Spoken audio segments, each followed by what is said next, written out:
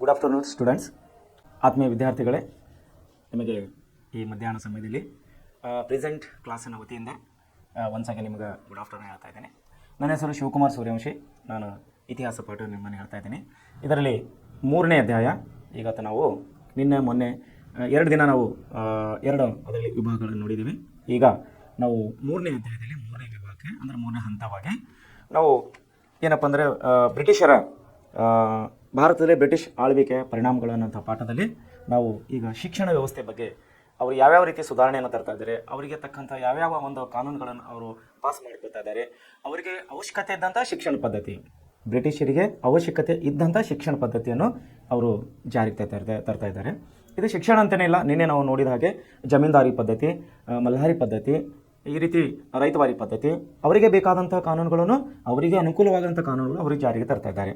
ಮೊನ್ನೆ ನೋಡಿದಂಥ ಅಭ್ಯಾಸದಲ್ಲಿ ನಾವು ಅವರು ಆಡಳಿತ ಸುಧಾರಣಾ ಇದರಲ್ಲಿ ಅವರು ಲೋಕಸೇವಾ ಆಯೋಗ ಅಂದರೆ ಸಿವಿಲ್ ಸರ್ವಿಸಸ್ ಸೆಲೆಕ್ಷನ್ ಕಮಿಟೀಸು, ಆಮೇಲೆ ಪೊಲೀಸ್ ವ್ಯವಸ್ಥೆ, ಸೈನ್ಯ ಪದ್ಧತಿ, ಹೀಗೆ ಆಡಳಿತದಲ್ಲಿ ಅವರಿಗೆ ಬೇಕಾದಂಥ ಅವ್ರ ಕಾನೂನುಗಳ ಸುಧಾರಣೆಯನ್ನು ತರ್ತಾ ಇದ್ದಾರೆ. ಕಳೆದ 2 ವಿಭಾಗಗಳನ್ನ ನೋಡಿದ್ದೀವಿ. ಇವತ್ತು ನಾವು 3ನೇ ಭಾಗದಲ್ಲಿ ಶಿಕ್ಷಣ ಪದ್ಧತಿಯನ್ನು ಯಾವ ರೀತಿ ಅವರು ಜಾರಿಗೆ ತಂದರು ಅನ್ನೋದನ್ನು ನಾವೊಂದು ವಿಡಿಯೋ ಮುಖಾಂತರ ನಾವಿಲ್ಲಿ ನೋಡೋಣ. ಅದೇ ರೀತಿ ಪ್ರೆಸೆಂಟ್ ಕ್ಲಾಸ್ನಲ್ಲಿ ಹೇಳುವಂಥ ಪ್ರತಿಯೊಂದು ವಿಷಯಗಳನ್ನು ತಾವು ಚೆನ್ನಾಗಿ ಓದಿ ಅರ್ಥ ಮಾಡಿಕೊಂಡು ನೆನಪಿಲಿಟ್ಟುಕೊಂಡು ತಾವು ಮುಂದುವರಿಬೇಕಂತ ಕೇಳ್ತಿದ್ದೀನಿ. ಯಾಕಂದರೆ ಈ ಪ್ರೆಸೆಂಟ್ ಕ್ಲಾಸ್ನಲ್ಲಿ ಹೇಳುವಂಥ ನಿಮ್ಮ ಪ್ರತಿಯೊಂದು ವಿಷಯಗಳು ಮುಂದಿನ ನಿಮ್ಮ ವಿದ್ಯಾಭ್ಯಾಸ ಮತ್ತು ನಿಮ್ಮ ಜೀವನಕ್ಕಾಗಿ ತುಂಬ ಅತಿ ಮೌಲ್ಯವಾಗಿದೆ ಅಂಥೇಳಿ, ಅತಿ ಮುಖ್ಯವಾದ ವಿಷಯಗಳಿದೆ ಅಂತೇಳಿ ನಾನು ನಿಮ್ಮ ಹೇಳೋಕ್ಕೆ ಇಷ್ಟಪಡ್ತಾ ಇದ್ದೇನೆ. ಸೊ ಈಗ ಶಿಕ್ಷಣ ಪದ್ಧತಿಯಲ್ಲಿ ಯಾವ್ಯಾವ ರೀತಿ ಒಂದು ಪದ್ಧತಿಗಳನ್ನು ಜಾರಿಗೆ ತಂದರು ಅನ್ನೋಂಥ ನಾವು ವಿಷಯವನ್ನು ನೋಡೋಣ. How the British saw education. Part 1.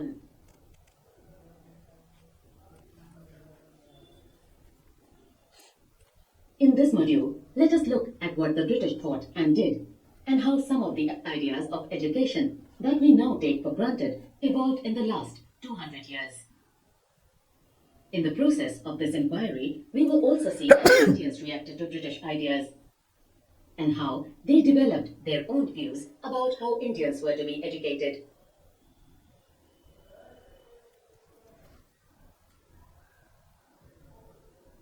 The tradition of Orientalism. In 1783, a person named William Jones arrived in Calcutta.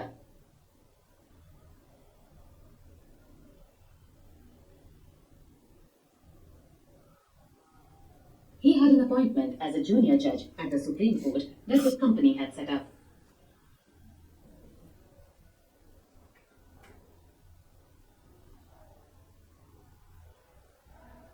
In addition to being an expert in law, Jones was a linguist.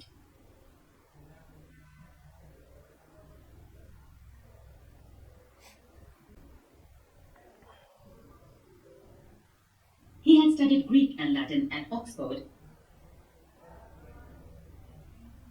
He knew French and English, had picked up Arabic from a friend, and had also learned Persian.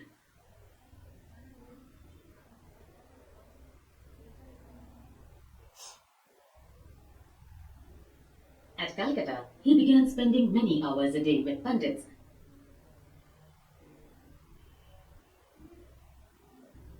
who taught him the subtleties of Sanskrit language, grammar, and poetry.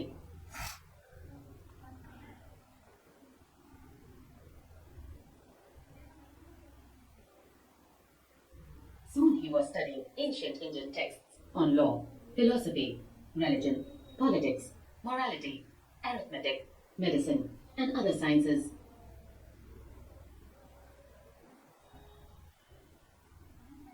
Jones discovered that his interests were shared by many British officials living in Calcutta at the time.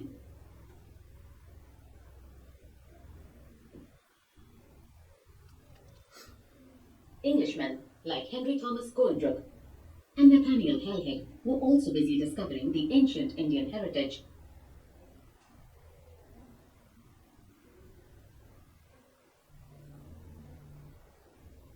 Mastering Indian languages and translating Sanskrit and Persian works into English.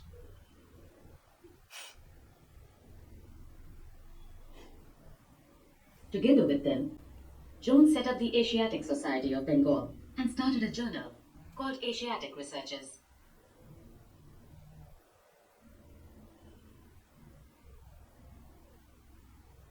Jones and Colebrook came to represent a particular attitude towards India.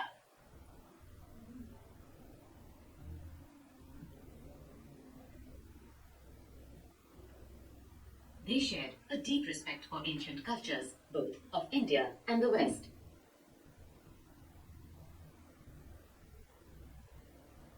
Indian civilization, they felt, had attained its glory in the ancient past, but had subsequently declined.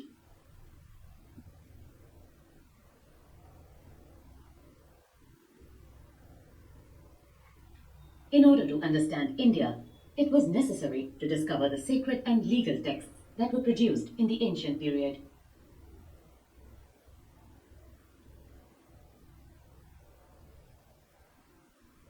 So ಇಲ್ಲಿವರೆಗೆ ನೋಡಿದಂಥ ನಾವು ಈ ಶಿಕ್ಷಣ ಪದ್ಧತಿಯಲ್ಲಿ ಅವರು ಯಾವ್ಯಾವ ರೀತಿಯನ್ನು ಅವರು ಬದಲಾವಣೆ ಮಾಡ್ಕೊತ ಬಂದಿದ್ದಾರೆ, ಯಾವ ರೀತಿಯನ್ನು ಅಭಿವೃದ್ಧಿ ಮಾಡ್ಕೊತ ಬಂದಿದ್ದಾರೆ, ನಮ್ಮ ಶಿಕ್ಷಣ ಪದ್ಧತಿ ಅಂದರೆ ನಮ್ಮ ಹಳೆಯ ಅಭ್ಯಾಸಗಳನ್ನು ಅವು ಯಾವ್ಯಾವ ರೀತಿ ಮಾರ್ಪಾಡು ಮಾಡಿ ಅವ್ರು ಯಾವ ರೀತಿ ಶಿಕ್ಷಣ ಪದ್ಧತಿ ತಂದಾರ ಅನ್ನೋದು ನಾವು ಇಲ್ಲಿವರೆಗೆ ನೋಡ್ತಾ ಬಂದಿದ್ದೇವೆ. ಈಗ ಮುಂದಿನ ಭಾಗವಾಗಿ ವಿಶೇಷವಾಗಿ ಅವರೇನಪ್ಪ ಅಂದ್ರೆ ಶಿಕ್ಷಣದಲ್ಲಿ ಅವರೇನಪ್ಪ ಅಂದ್ರೆ ಅವರಿಗೆ ಬೇಕಾದಂಥ ತಕ್ಕವಾದಂಥ ಶಿಕ್ಷಣ ಪದ್ಧತಿಯನ್ನು ಅವರು ಜಾರಿಗೆ ತರ್ಕೋತಾ ಇದ್ದರು. ಅದರಲ್ಲಿ ವಿಶೇಷವಾಗಿ ಹೆಡ್ಲೈನ್ ಹಾಕ್ತೀನಿ ನಾನು, ಆಧುನಿಕ ಶಿಕ್ಷಣ ಆರಂಭ ಅಂತೇಳಿ.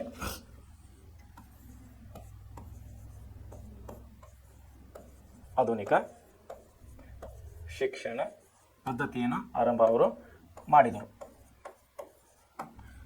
ಸೊ ಅವ್ರು ಯಾವ ರೀತಿ ಮಾಡಿದರು ಅನ್ನೋದು ನಾವಿಲ್ಲಿ ನಾವು ಪಠ್ಯಪುಸ್ತಕದಲ್ಲಿ ಹೋಗಿದಾಗ ನಮಗೆ ಮುಂದಿನ ಅಧ್ಯಾಯವಾಗಿ ಸಿಗುತ್ತದೆ. ನಾವು ನಿನ್ನೆ ನೋಡಿದಂಥ ಅವರ ಒಂದು ಆಡಳಿತ ಸುಧಾರಣೆಯಲ್ಲಿ ಭೂ ಕಂದಾಯ ನೀತಿಗಳನ್ನು ಅವರು ಜಾರಿಗೆ ತಂದಿದ್ದವರು. ವಿಶೇಷವಾಗಿ ಅವರು ಒಂದನೇದೇನೆಂದ್ರೆ ಖಾಯಂ ಜಮೀನ್ದಾರಿ ಪದ್ಧತಿ ಜಾರಿಗೆ ತಂದಿದ್ದರು. ಆಮೇಲೆ ಮಹಲ್ದಾರಿ ಪದ್ಧತಿ ಅಂದರೆ ತಾಲೂಕು ಲೆವೆಲ್, ತಾಲೂಕು ಅಂಥೇಳಿ ಘೋಷಣೆ ಮಾಡಿ ಆ ಮಟ್ಟದಲ್ಲಿ ಅವರು ಭೂ ಕಂದಾಯವನ್ನು ವಸೂಲಿ ಮಾಡುವಂಥ ಪದ್ಧತಿಯನ್ನು ಮಹಲ್ದಾರಿ ಪದ್ಧತಿಯನ್ನು ಜಾರಿಗೆ ತಂದಿದ್ದರು. ಅದೇ ರೀತಿ ರೈತವಾರಿ ಪದ್ಧತಿಯನ್ನು ಕೂಡ 1792ರಲ್ಲಿ ಅವರು ಜಾರಿಗೆ ತಂದಿದ್ದರು. ಸೊ ಮುಂದೆ ಏನಪ್ಪ ಅಂದ್ರೆ ಅವರ ಕಂದಾಯ ನೀತಿ ಪರಿಣಾಮಗಳು ಏನೇನಾದವು, ಯಾರಿಗೆ ಲಾಭ ಆಯಿತು, ಯಾರಿಗೆ ನಷ್ಟ ಆಯಿತು ಅನ್ನೋದು ನಾವು ನಿನ್ನೆ ಪಾಠದಲ್ಲಿ ನಾವು ನೋಡಿದ್ವಿ. ಸೊ ಈಗ ನಾವು ಶಿಕ್ಷಣ ಪದ್ಧತಿ ಬಗ್ಗೆ ನಾವು ನೋಡ್ಕೊಳ್ಳೋಣ.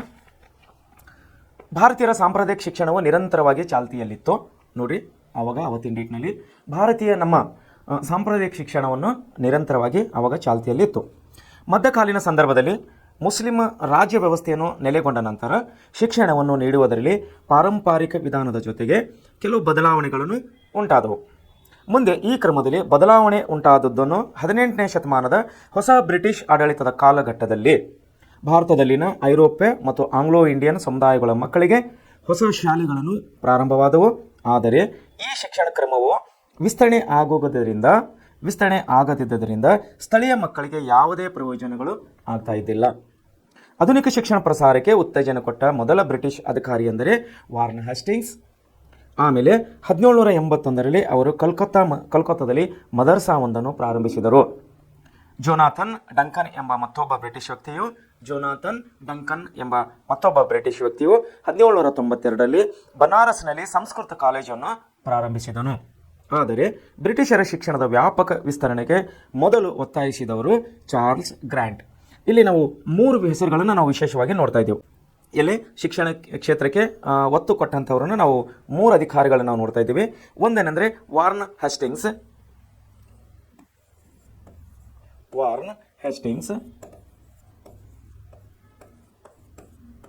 ಆಮೇಲೆ ವಾರ್ನ್ ಹೇಸ್ಟಿಂಗ್ಸ್ ನಂತರ ಅವನೇನು ಮಾಡಿದ, ಕಲ್ಕತ್ತಾದಲ್ಲಿ ಮದರ್ಸಾವನ್ನು ಪ್ರಾರಂಭ ಮಾಡಿದ. ಆಮೇಲೆ ಜೋನಾಥನ್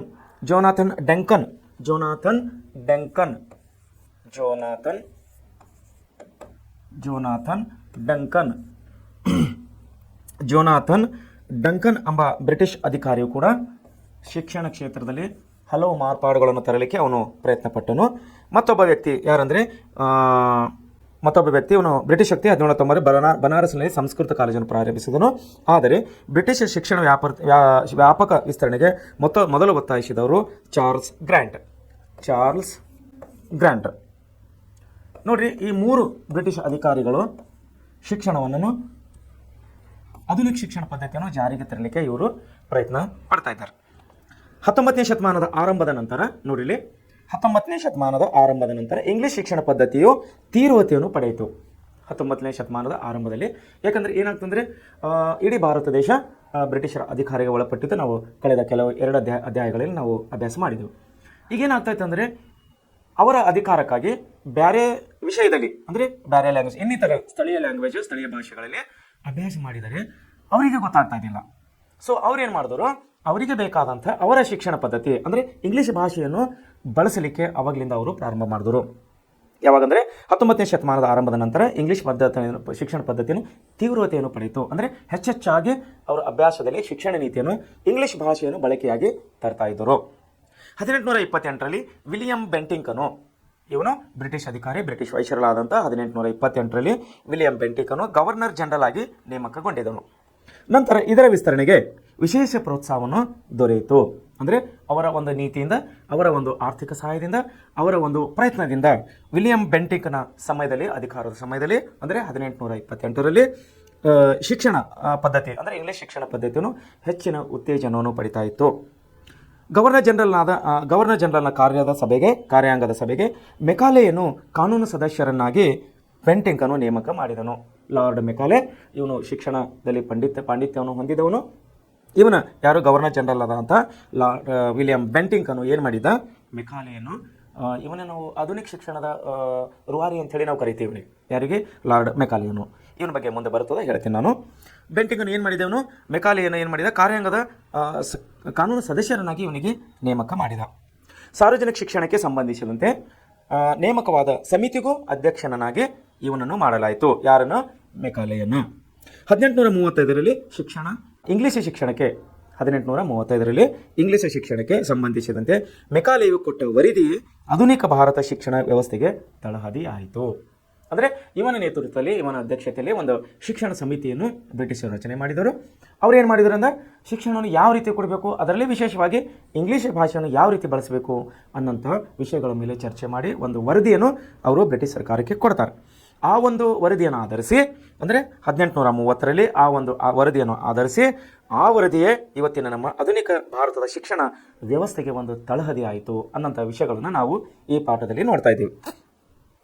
ಯೋಜನೆ ಪ್ರಮುಖ ಅಂಶ ಎಂದರೆ, ಆ ಯೋಜನೆಯ ಪ್ರಮುಖ ಅಂಶವೆಂದರೆ ರಕ್ತ ಮಾಂಸಗಳಲ್ಲಿ ಭಾರತೀಯರಾಗಿಯೂ ಅಭಿರುಚಿ ಅಭಿಪ್ರಾಯ ನೋಡಿ, ರಕ್ತ ಮಾಂಸಗಳಲ್ಲಿ ಭಾರತೀಯರಾಗಿಯೂ ಮತ್ತು ಅಭಿರುಚಿ ಮತ್ತು ಅಭಿಪ್ರಾಯ, ನೀತಿ ಮತ್ತು ಬುದ್ಧಿವಂತಿಕೆಯಲ್ಲಿ ಇಂಗ್ಲಿಷರಾಗುವ ಒಂದು ಹೊಸ ಭಾರತೀಯ ವಿದ್ಯಾವಂತ ವರ್ಗವನ್ನು ಸೃಷ್ಟಿ ಮಾಡುವುದು ಅವರ ಉದ್ದೇಶವಾಗಿತ್ತು. ಅಂದರೆ ರಕ್ತದಲ್ಲಿ ಮಾಂಸಗಳಲ್ಲಿ ಭಾರತೀಯರಾಗಿರ್ಬೇಕವ, ಅಭಿರುಚಿ ಅಭಿಪ್ರಾಯ, ನೀತಿ ಮತ್ತು ಬುದ್ಧಿವಂತಿಕೆಯಲ್ಲಿ ಇಂಗ್ಲೀಷನ್ನು ಅವನು ಕಲಿತ್ಕೋಬೇಕು. ಈ ರೀತಿ ಆದಂಥ ಒಂದು ಪದ್ಧತಿಯನ್ನು ರೂಪಣೆ ಮಾಡಲಿಕ್ಕೆ ಸೃಷ್ಟಿ ಮಾಡ್ತಾಯಿದ್ದರು. ಭಾರತದ ವಿದ್ಯಾಭ್ಯಾಸದ ಕ್ರಮದಲ್ಲಿ ಇಂಗ್ಲೀಷ್ ಭಾಷೆಯು ಮಾಧ್ಯಮವಾಗಿ ಬಳಕೆಯಾಗಲು ಪ್ರಾರಂಭವಾದದ್ದೇ 1830ರ ದಶಕದ ನಂತರ. 1830ರಲ್ಲಿ ಈ ಇಂಗ್ಲೀಷ್ ಭಾಷೆಯನ್ನು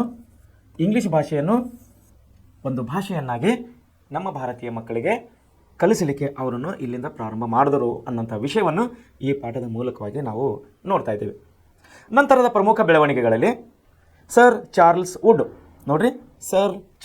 ವುಡ್ನ 1854ರ ಆಯೋಗದ ಶಿಫಾರಸುಗಳ ಆಧಾರದ ಮೇಲೆ ಅಂದಿನ ಗವರ್ನರ್ ಜನರಲ್ ಆದ ಲಾರ್ಡ್ ಡಾಲ್ ಹೌಸಿಯು ಕಲ್ಕತ್ತಾ, ಬಾಂಬೆ ಮತ್ತು ಮದರ್ಸಾಗಳಲ್ಲಿ ನೂತನ ವಿಶ್ವವಿದ್ಯಾಲಯಗಳನ್ನು 1857ರಲ್ಲಿ ಪ್ರಾರಂಭಿಸಿದರು. ಇಲ್ಲಿಂದ ನಂತರ ಶಿಕ್ಷಣವು ಸಾರ್ವತ್ರಿಕಗೊಳಿಸಲಾಯಿತು. 1857ರಲ್ಲಿ 3 ವಿಶ್ವವಿದ್ಯಾಲಯಗಳನ್ನು ಅವರು ಪ್ರಾರಂಭ ಮಾಡ್ತಾರೆ. ಎಲ್ಲೆಲ್ಲಿ ಮಾಡ್ತಾರೆ ಅವರು? ಕಲ್ಕತ್ತಾ, ಬಾಂಬೆ ಮತ್ತು ಮದ್ರಾಸ್ಗಳಲ್ಲಿ ಅವರು ವಿಶ್ವವಿದ್ಯಾಲಯಗಳನ್ನು ಅಂದರೆ ಯೂನಿವರ್ಸಿಟಿಗಳನ್ನು ಆವತ್ತಿನ ಕಾಲದಲ್ಲಿ ಅವರು ಪ್ರಾರಂಭ ಮಾಡ್ತಾರೆ. ಈ ಯೂನಿವರ್ಸಿಟಿಗಳ ಮುಖಾಂತರವಾಗಿ ಹೊಸದಾಗಿ ಅಂದರೆ ಸಾರ್ವತ್ರಿಕ ಶಿಕ್ಷಣ ಎಂಬುದೇನಂತೆ ಇಲ್ಲಿ ಸಾರ್ವತ್ರಿಕವಾಗಿ ಆಗುತ್ತದೆ. ಯಾರು ಬೇಕಾದರೂ ಕೂಡ ಶಾಲೆಗೆ ಹೋಗಿ ಅವರು ಕಲಿಯಬಹುದು, ಅಭ್ಯಾಸವನ್ನು ಮಾಡಬಹುದು, ಶಿಕ್ಷಣವನ್ನು ಪಡೆಯುವಂತೆ ಅವರು ಈ ಒಂದು ರೂಪವನ್ನು ಅವರು ಸೃಷ್ಟಿ ಮಾಡಿದರು. ಬ್ರಿಟಿಷ್ ಶಿಕ್ಷಣದ ಪರಿಣಾಮಗಳು ಏನೇನಾದವು? ಅವರು ತಂದಂಥ ಈ ಪದ್ಧತಿಯಿಂದ, ಅವರು ತಂದಂಥ ಈ ಮಾಧ್ಯಮ ನೀತಿಯಿಂದ ಏನು ಪರಿಣಾಮಗಳಾದವು ಅನ್ನೋಂಥ ವಿಷಯ ನಾವಿಲ್ಲಿ ನೋಡೋಣ. ಮೊದಲನೇದಾಗಿ ಭಾರತೀಯರು ಆಧುನಿಕತೆ, ಜಾತೀಯತೆ, ಪ್ರಜಾಪ್ರಭುತ್ವ, ವೈಜ್ಞಾನಿಕ ಆಲೋಚನಾ ಕ್ರಮದ ಜೊತೆಗೆ ರಾಷ್ಟ್ರೀಯವಾದಿ ದೃಷ್ಟಿಕೋನಗಳನ್ನು ಬೆಳೆಸಲು ಸಾಧ್ಯವಾಯಿತು. ನೋಡ್ರಿ, ಸ್ವತಂತ್ರ ಸಂಗ್ರಾಮದಲ್ಲಿ ಅಂದರೆ 1857 ಇಷ್ಟರಲ್ಲೇ ನಮ್ಮಲ್ಲಿ ಸಣ್ಣ ಪುಟ್ಟ ಸ್ವತಂತ್ರ ಚಳವಳಿಗಳು ಪ್ರಾರಂಭವಾಗಿದ್ದವು. ಈ ಭಾರತೀಯರು ಏನಾಯ್ತದ ಆಧುನಿಕ ಜಾತ್ಯತೀಯತೆಯಿಂದ ಪ್ರಜಾಪ್ರಭುತ್ವ ವೈಜ್ಞಾನಿಕತೆಯಿಂದ ಅವ್ರಿಗೇನಾಯ್ತು ಆಲೋಚನಾ ಕ್ರಮದ ಜೊತೆಗೆ ರಾಷ್ಟ್ರೀಯವಾದಿ ದೃಷ್ಟಿಕೋನವನ್ನು ಬೆಳೀಲಿಕ್ಕೆ ಇಲ್ಲಿ ಪ್ರಾರಂಭವಾಯಿತು ಬ್ರಿಟಿಷರು ತಂದಂಥ ಈ ಶಿಕ್ಷಣ ಪದ್ಧತಿಯಿಂದ. ಸ್ಥಳೀಯ ಭಾಷೆಗಳು ಅಂದರೆ ನಮ್ಮ ಭಾಷೆಗಳು, ನಮ್ಮ ಕನ್ನಡ, ಕರ್ನಾಟಕದಲ್ಲಿ ಕನ್ನಡ, ಮಹಾರಾಷ್ಟ್ರದಲ್ಲಿ ಮರಾಠಿ, ಪಶ್ಚಿಮ ಬಂಗಾಳದಲ್ಲಿ ಕೋಲ್ಕತ್ತಾದಲ್ಲಿ ಬಂಗಾಳಿ, ಹೀಗೆ ಬಿಹಾರದಲ್ಲಿ ಬಿಹಾರಿ ಭಾಷೆ, ಆಯಾ ರಾಜ್ಯದಲ್ಲಿ ಅಂದರೆ ಪ್ರಾದೇಶಿಕ ಭಾಷೆಗಳು ಏನಾಯ್ತು ಅಂದ್ರೆ ರಚನೆಗೆ ಪ್ರೋತ್ಸಾಹನ ಸಿಕ್ಕುತ್ತಲ್ಲಿ. ಸ್ಥಳೀಯ ಭಾಷೆಗಳು ಮತ್ತು ಸಾಹಿತ್ಯ ರಚನೆಗೆ ಏನಾಯಿತು ಪ್ರೋತ್ಸಾಹ ದೊರೆಯಿತು. ಇದರಿಂದ ವಿದ್ಯಾವಂತ ವರ್ಗ ಆಲೋಚನಾ ಕ್ರಮದಲ್ಲಿಯೂ ಏಕತೆಯ ಸ್ವರೂಪವನ್ನು ಕಾಣುತ್ತದೆ. ವೃತ್ತಪತ್ರಿಕೆಗಳು ಹುಟ್ಟಿ ಬೆಳೆದು ಅದೇ ಸಮಯದಲ್ಲಿ ಪೇಪರ್ಸ್, ನಾವೇನಂತೀವಲ್ಲ ವೃತ್ತಪತ್ರಿಕೆ ಅಂದರೆ ನ್ಯೂಸ್ ಪೇಪರ್ಸ್, ಆವಾಗ ಹುಟ್ಟಿ ಬೆಳೆದವು. ವಿಶೇಷವಾಗಿ 19ನೇ ಶತಮಾನದ ಉತ್ತರಾರ್ಧದಲ್ಲಿ ಪತ್ರಿಕೆಗಳಲ್ಲಿ ಬ್ರಿಟಿಷ್ ಸರ್ಕಾರದ ನೀತಿಗಳನ್ನು ವಿಮರ್ಶಿಸುವ ಮೂಲಕ ಭಾರತೀಯರಲ್ಲಿ ಬ್ರಿಟಿಷ್ ಆಡಳಿತದ ಬಗ್ಗೆ ವಿಮರ್ಶಾತ್ಮಕ ಅಭಿಪ್ರಾಯ ಬೆಳೆಯಲು ಸಾಧ್ಯವಾಯಿತು. ಬ್ರಿಟಿಷರ ಆಡಳಿತ ಯಾವ ರೀತಿ ಮಾಡ್ತಾ ಇದ್ದಾರೆ, ಏನು ಮಾಡ್ತಾ ಇದ್ದಾರೆ, ಯಾವ ರೀತಿ ನಮ್ಮ ಮೇಲೆ ಬಳಕೆ ಆಗ್ತಾ ಇದ್ದಾರೆ ಅನ್ನೋಂಥ ಕೆಲವೊಂದು ವಿಷಯಗಳನ್ನು ಪತ್ರಿಕೆಗಳು ಅದೇ ಸಮಯದಲ್ಲಿ ವರ್ತಮಾನ ಪತ್ರಿಕೆಗಳು ಅಂದರೆ ನ್ಯೂಸ್ ಪೇಪರ್ಸ್ ಅದೇ ಸಂದರ್ಭದಲ್ಲಿ ಪ್ರಾರಂಭವಾದಂಥ ಅಂಶಗಳನ್ನು ನಾವು ಈ ವಿಷಯದ ಮೂಲಕ ನೋಡ್ತಾ ಇದ್ದೀವಿ. ಹೊಸ ಸಾಮಾಜಿಕ ಧಾರ್ಮಿಕ ಸುಧಾರಣಾ ಚಳವಳಿಗಳು ಹುಟ್ಟುಕೊಂಡು ನೋಡಿ ಏನೇನು ಅದರಿಂದ ಎಫೆಕ್ಟ್ ಆಗ್ತೋ, ಅದರಿಂದ ಏನೇನು ಪರಿಣಾಮಗಳಾದಂತೋ ಈ ಶಿಕ್ಷಣ ಪದ್ಧತಿಯಿಂದ ನಾವು ನೋಡ್ತಾ ಇದ್ದೀವಿ. ಏನಾಯಿತು, ಹೊಸ ಸಾಮಾಜಿಕ ಮತ್ತು ಧಾರ್ಮಿಕ ಸುಧಾರಣಾ ಚಳವಳಿಗಳು ಇದೇ ಸಂದರ್ಭದಲ್ಲಿ ಪ್ರಾರಂಭವಾದವು. ಜೆ ಎಸ್ ಮಿಲ್, ರೋಸೋ, ಮಾಂಟೆಸ್ಕೋ ಮುಂತಾದವರ ಚಿಂತನೆಗಳು ಭಾರತೀಯ ವಿದ್ಯಾವಂತರ ಆಲೋಚನಾ ಕ್ರಮದಲ್ಲಿ ನಾವೀನ್ಯತೆಯನ್ನು ತಂದವು. ನಾವೀನ್ಯತೆ ಅಂದರೆ ನವೀನತೆ ಅಂದರೆ ಹೊಸ ಒಂದು ಐಡಿಯಾಲಜಿ, ಹೊಸ ಒಂದೊಂದು ಉಪಾಯಗಳನ್ನು ಈ ಸಾಂಸ್ಕೃತಿಕಲಿಂದ, ಈ ಚಿಂತನೆಗಳಿಂದ ನಮ್ಮ ಭಾರತೀಯರಲ್ಲಿ ಮೂಡ್ತಾ ಬಂತು. ಜಗತ್ತಿನಾದ್ಯಂತ ನಡೆಯುತ್ತಿದ್ದ ಸ್ವಾತಂತ್ರ್ಯ ಚಳವಳಿಗಳು ಅಂದರೆ ಆ ಸಮಯದಲ್ಲಿ ನಮ್ಮ ಭಾರತವಲ್ಲದೆ ಜಗತ್ತಿನ ಇತರ ಪ್ರದೇಶಗಳಲ್ಲಿಯೂ ಜಗತ್ತಿನ ಇತರ ಭಾಗಗಳಲ್ಲಿಯೂ ಕೂಡ ಸ್ವಾತಂತ್ರ್ಯದ ಕಿಡಿ ಹಚ್ಚಿತ್ತು. ಸ್ವಾತಂತ್ರ್ಯದ ಬಗ್ಗೆ ಎಲ್ಲ ದೇಶಗಳಲ್ಲಿ ಬೇರೆ ದೇಶಗಳಲ್ಲಿ ಚಳವಳಿಗಳು ಪ್ರಾರಂಭವಾಗಿದ್ದವು.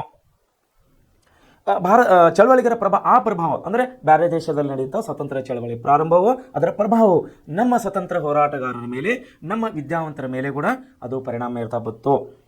ಭಾರತೀಯರು ತಮ್ಮ ಸಮೃದ್ಧ ಸಾಂಸ್ಕೃತಿಕ ಪರಂಪರೆಯನ್ನು ನಮ್ಮ ಸಾಂಸ್ಕೃತಿಕ ಮತ್ತು ಸಮೃದ್ಧ ಒಂದು ಪರಂಪರೆಯನ್ನು ಅರಿತುಕೊಳ್ಳಲು ಸಾಧ್ಯವಾಯಿತು. ಅಂದರೆ ಹೊಸ ಬುಕ್ಗಳು ಪ್ರಿಂಟ್ ಆಗ್ತಾ ಬಂದು ಹೊಸ ಚಿಂತನೆಗಳು ಹೊರಬರತೊಡಗಿದವು. ಇದರಿಂದ ಶಾಲೆಗೆ ಹೋಗಿ ಅಭ್ಯಾಸ ಮಾಡಿದವರು ಶಾಲೆಯಲ್ಲಿ ಕಲಿತಾರೆ, ಅಭ್ಯಾಸ ಮಾಡಿದವರು ಹೊರಗೆ ಅಂದರೆ ಪತ್ರಿಕೆಗಳ ಮೂಲಕ, ಕಾದಂಬರಿಗಳ ಮೂಲಕ, ತನ್ನ ಶಿಕ್ಷಣದ ಒಂದು ಪ್ರಿಂಟ್ಔಟ್ ಏನು ಹೊರಗೆ ಬರ್ತಾ ಇದ್ದೋ, ಬುಕ್ಸ್ಗಳು ಏನು ಬರ್ತಾ ಇದ್ದೋ ಅದರ ಮೂಲಕ ಮನೆಯಲ್ಲಿ ಕುಂತು ಕೂಡ ಈ ಅವರ ಕ್ರಾಂತಿಗಳ ಬಗ್ಗೆ, ಸ್ವತಂತ್ರ ಚಳವಳಿಗಳ ಬಗ್ಗೆ ನಮ್ಮ ಭಾರತದಲ್ಲಿ ಒಂದು ಒಮ್ಮತವನ್ನು ಮೂಡ್ತಾ ಬರ್ತಾ ಇತ್ತು. ಹೀಗೆ ಭಾರತದಲ್ಲಿ ಜಾರಿಗೊಂಡ ಪಾಶ್ಚಾತ್ಯ ವಿದ್ಯಾಭ್ಯಾಸದ ಕ್ರಮದಿಂದಾಗಿ ಸೃಷ್ಟಿಯಾದ ಅಭಿರುಚಿ ಮತ್ತು ಆಲೋಚನೆ ನೋಡಿ, ಆಲೋಚನೆ ಅಂದ್ರೆ ಗೊತ್ತಾಗುತ್ತಲ್ಲ, ಒಂದು ವಿಚಾರವಂತ ಆಲೋಚನೆ ಈ ಹೊಸ ಶಿಕ್ಷಣ ಪದ್ಧತಿಯಿಂದ ಪ್ರಾರಂಭ ಆಗ್ತಾ ಬಂತು. ಆಲೋಚನೆಗಳು ಭಾರತದಲ್ಲಿ ಹೊಸ ತಲೆಮಾರುಗಳನ್ನು ಸೃಷ್ಟಿ ಮಾಡ್ತಾ ಹೋಗ್ತು. ಅಂದರೆ ಹೊಸ ಜನರಿಗೆ ಸ್ವಾತಂತ್ರ್ಯದ ಬಗ್ಗೆ ಕಿಡಿಯನ್ನು ಹಚ್ತಾ ಬಂತು. ಸ್ವಾತಂತ್ರ್ಯ ಬಗ್ಗೆ ಹೊಸ ಪೀಳಿಗೆಗೆ ಅದರ ಬಗ್ಗೆ ಮಾಹಿತಿಯನ್ನು ಸಿಗ್ತಾ ಬಂತು. ಮುಂದೆ ಏನಾಯ್ತು ಅಂದರೆ ಸಂವಿಧಾನಾತ್ಮಕ ಬೆಳವಣಿಗೆ ನೋಡಿ, ಮುಂದೆ ಏನಾಗ್ತಾ ಇದೆ, ಸಂವಿಧಾನಾತ್ಮಕ ಬೆಳವಣಿಗೆಯನ್ನು ಇದೇ ಸಂದರ್ಭದಲ್ಲಿ ನಾವು ನೋಡ್ತಾ ಇದ್ದೀವಿ. ಒಂದು ಸೆಕೆಂಡ್, ಅದೇ ಸಂವಿಧಾನಾತ್ಮಕವಾಗಿ ಅಂದರೆ ನಮ್ಮ ದೇಶಕ್ಕೆ ಒಂದು ಸಂವಿಧಾನ ಅನ್ನೋದು ನಮಗೆ ಇವಾಗ ನಡೀತಾ ಇದೆ. ನಮ್ಮ ದೇಶದಲ್ಲಿ ಆಡಳಿತ ಯಾವ ಒಂದು ಆಧಾರ ಮೇಲೆ ನಡೀತಾ ಇದೆ, ಸಂವಿಧಾನದ ಒಂದು ಆಧಾರ ಮೇಲೆ ನಡೀತಾ ಇತ್ತು. ಬಟ್ ಆವಾಗ ಅಂದರೆ 1835 1850ರಲ್ಲಿ ನಮ್ಮ ದೇಶಕ್ಕೆ ಸಂವಿಧಾನ ಅನ್ನೋದು ಇದ್ದಿಲ್ಲ. ಸೊ ಅದನ್ನು ಯಾವ ರೀತಿ ಬೆಳವಣಿಗೆ ಆಯಿತು, ಹೇಗೆ ಬೆಳವಣಿಗೆ ಆಯಿತು ಅನ್ನೋದನ್ನು ಈ ನಮ್ಮ ದೇಶದ ಸಂವಿಧಾನಾತ್ಮಕ ಮೇಲೆ ಅವರ ಶಿಕ್ಷಣ ಪದ್ಧತಿಯು ಯಾವ ರೀತಿ ಒಂದು ಪ್ರಭಾವವನ್ನು ಬೀರಿತ್ತು ಅನ್ನೋದ್ರ ಬಗ್ಗೆ ನಾವಿಲ್ಲಿ ನೋಡೋಣ. ಭಾರತದಲ್ಲಿ ಬ್ರಿಟಿಷ್ ಆಡಳಿತವು ಯಾವ ರೀತಿ ಬೆಳೀತಾ ಬಂತು, ಯಾವ ರೀತಿ ಪ್ರಗತಿ ಹೋಗ್ತಾ ಬಂತು, ಸಮಸ್ಯೆಗಳು ಕೂಡ ಬೆಳೆದವು. ಅವರ ಅಧಿಕಾರನ ಅವರು ಬೆಳೆಸ್ತಾ ಬಂದವರು, ಬಟ್ ಅದೇ ರೀತಿ ಅದಕ್ಕೆ ಸಮಸ್ಯೆಗಳು ಕೂಡ ಹುಟ್ಟುತ್ತಾ ಬಂದವು. ಏನು ಸಮಸ್ಯೆ ಹುಟ್ಟುತ್ತಾ ಬಂತು, ಸ್ವಾತಂತ್ರ್ಯ ಚಳವಳಿಗಳು ಹುಟ್ಟುತ್ತಾ ಬಂದು, ಧಾರ್ಮಿಕ ಸಂಸ್ಥೆಗಳು ಹುಟ್ಟುತ್ತಾ ಬಂದು, ಆಮೇಲೆ ಇನ್ನೊಂದು ಯಾವುದು, ಸಾಮಾಜಿಕ ಚಳವಳಿಗಾರರು ಹುಟ್ಟುತ್ತಾ ಬಂದರು. ಇಲ್ಲಿ ನೋಡಿ ಅದ್ರ ಬಗ್ಗೆ ಸಮಸ್ಯೆಗಳು ಹುಟ್ಟುತ್ತಾ ಬಂದು, ಸಮಸ್ಯೆಗಳನ್ನು ನಿವಾರಣೆಗಾಗಿ ಆಡಳಿತ ಕ್ರಮದಲ್ಲಿ ಸುಧಾರಣೆ ತರುವ ಅಗತ್ಯತೆಯೂ ಇತ್ತು. ಸಮಸ್ಯೆಗಳು ನಿವಾರಣೆ ಮಾಡಬೇಕಂದ್ರೆ ಆಡಳಿತದಲ್ಲಿ ಅವರು ಸುಧಾರಣೆ ತರಬೇಕಾಗಿತ್ತು. ಏನು ತಪ್ಪು ತಡಿಗಳಾಗಿತ್ತು ಅದನ್ನು ಬದಲಾವಣೆ ಮಾಡಬೇಕಾಗಿತ್ತು. ಸೊ ಅದನ್ನೇ ಅಗತ್ಯ ಇತ್ತು ಅಂತೇಳಿ ಇಲ್ಲಿ ನಾವು ನೋಡ್ತಾ ಇದ್ದೀವಿ. ಈ ಸುಧಾರಣೆಗಳು ಭಾರತದ ಬೇಡಿಕೆಗಳಿಗೆ ಸ್ಪಂದಿಸುವಂತಿರಬೇಕಿತ್ತು. ನಮ್ಮ ಚಳವಳಿಗಾರರ, ನಮ್ಮ ದೇಶದ ಜನರ ಒಂದು ಸಮಸ್ಯೆಗಳಿಗೆ ಅವರು ಸ್ಪಂದಿಸಲೇಬೇಕಾದಂಥ ಅನಿವಾರ್ಯ ಕೂಡ ಅವರಿಗೆ ಸೃಷ್ಟಿಯಾಗ್ತಾ ಇತ್ತು. ಆಗ ಬ್ರಿಟಿಷರು ಕಾಲಕ್ಕೆ ವಿವಿಧ ನಿಯಮಗಳನ್ನು ಕಾಯ್ದೆ ರೂಪದಲ್ಲಿ ಜಾರಿಗೆ ತರುವ ಪ್ರಯತ್ನವನ್ನು ಅವರು ನಡೆಸ್ತಾ ಇದ್ದರು. ಯಾಕಂದರೆ ಅವರು 4 ವರ್ಷಕ್ಕೊಂದ್ಸಾರಿ 5 ವರ್ಷಕ್ಕೊಂದ್ಸಾರಿ ಬ್ರಿಟಿಷ್ ವೈಸರಾಯರ, ಬ್ರಿಟಿಷ್ ಅಧಿಕಾರಿಗಳು ಬದಲಾವಣೆ ಮಾಡ್ತಾ ಇದ್ದರು.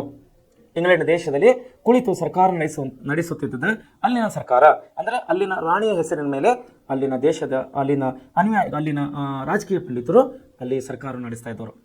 ಅದನ್ನೇ ರೂಲ್ಸು, ಅದನ್ನೇ ಕಾಯ್ದೆಯನ್ನು ನಮ್ಮ ದೇಶದಲ್ಲಿ ತರುವಂಥ ಪ್ರಯತ್ನಗಳ ನಾವು ಕಳೆದ ಅಭ್ಯಾಸದಲ್ಲಿ ನೋಡಿದ್ದೇವೆ. ಅದೇ ಪ್ರಯತ್ನನ ಇಲ್ಲಿ ನಾವು ನಿರಂತರವಾಗಿ ನಡೀತಾ ಇತ್ತು. ಈ ರೀತಿ ಕಾಯ್ದೆಗಳು ಭಾರತದ ಸಂವಿಧಾನದ ಬೆಳವಣಿಗೆಗೆ ಸಹಾಯಕಾರಿಯಾದವು.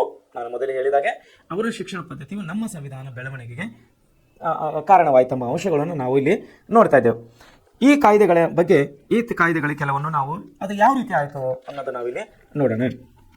ಮೊದಲನೇದಾಗಿ ಏನಂದರೆ, ಈಸ್ಟ್ ಇಂಡಿಯಾ ಕಂಪನಿ ಆಳ್ವಿಕೆ ಅವಧಿಯಲ್ಲಿ ಜಾರಿಗೊಂಡ ಕೆಲವೊಂದು ಕಾಯ್ದೆಗಳನ್ನು ನಾವು ಕಳೆದ ಅಭ್ಯಾಸದಲ್ಲಿ ಕೂಡ ನೋಡಿದ್ದೇವೆ. ಅದರಲ್ಲಿ ಒಂದು ರೆಗ್ಯುಲೇಟಿಂಗ್ ಆ್ಯಕ್ಟ್ ಅಂತ ಕೂಡ ನಾವು ಕೂಡ ಕಳೆದ ಅಭ್ಯಾಸ ನೋಡಿದ್ದೀವಿ. ಅದರ ಬಗ್ಗೆ ನಾವಿಲ್ಲಿ ವಿಶೇಷವಾಗಿ ನೋಡೋಣ. 1773ರಲ್ಲಿ ಯಾವ ಕಾಯ್ದೆ ಆಯಿತು? 1773ರಲ್ಲಿ ರೆಗ್ಯುಲೇಟಿಂಗ್ ಆ್ಯಕ್ಟ್ ಅನ್ನಂಥ ಒಂದು ಕಾಯ್ದೆಯನ್ನು ಜಾರಿಗೆ ತಂದಿತ್ತು. ಯಾವುದು? ಬ್ರಿಟಿಷ್ ಸರ್ಕಾರ. ರೆಗ್ಯುಲೇಟಿಂಗ್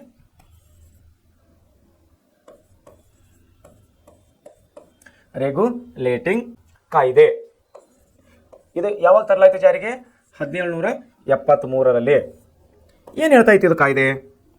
1760ರಲ್ಲಿ ಜಾರಿಗೊಂಡ ದಿವಾನಿ ಹಕ್ಕಿನ ನಂತರ 1765ರಲ್ಲಿ ಜಾರಿಗೊಂಡ ದಿವಾನಿ ಹಕ್ಕಿನ ನಂತರ ಕಂಪನಿ ಅಧಿಕಾರಿಗಳು ಅಪರಿಮಿತ ದುರಾಸೆಗೆ ಒಳಗಾಗಿ ಅಧಿಕಾರವನ್ನು ತಮ್ಮ ವೈಯಕ್ತಿಕ ಶ್ರೀಮಂತಿಕೆಯನ್ನು ಹೆಚ್ಚಿಸಿಕೊಳ್ಳಲು ಬಳಸಿಕೊಂಡರು.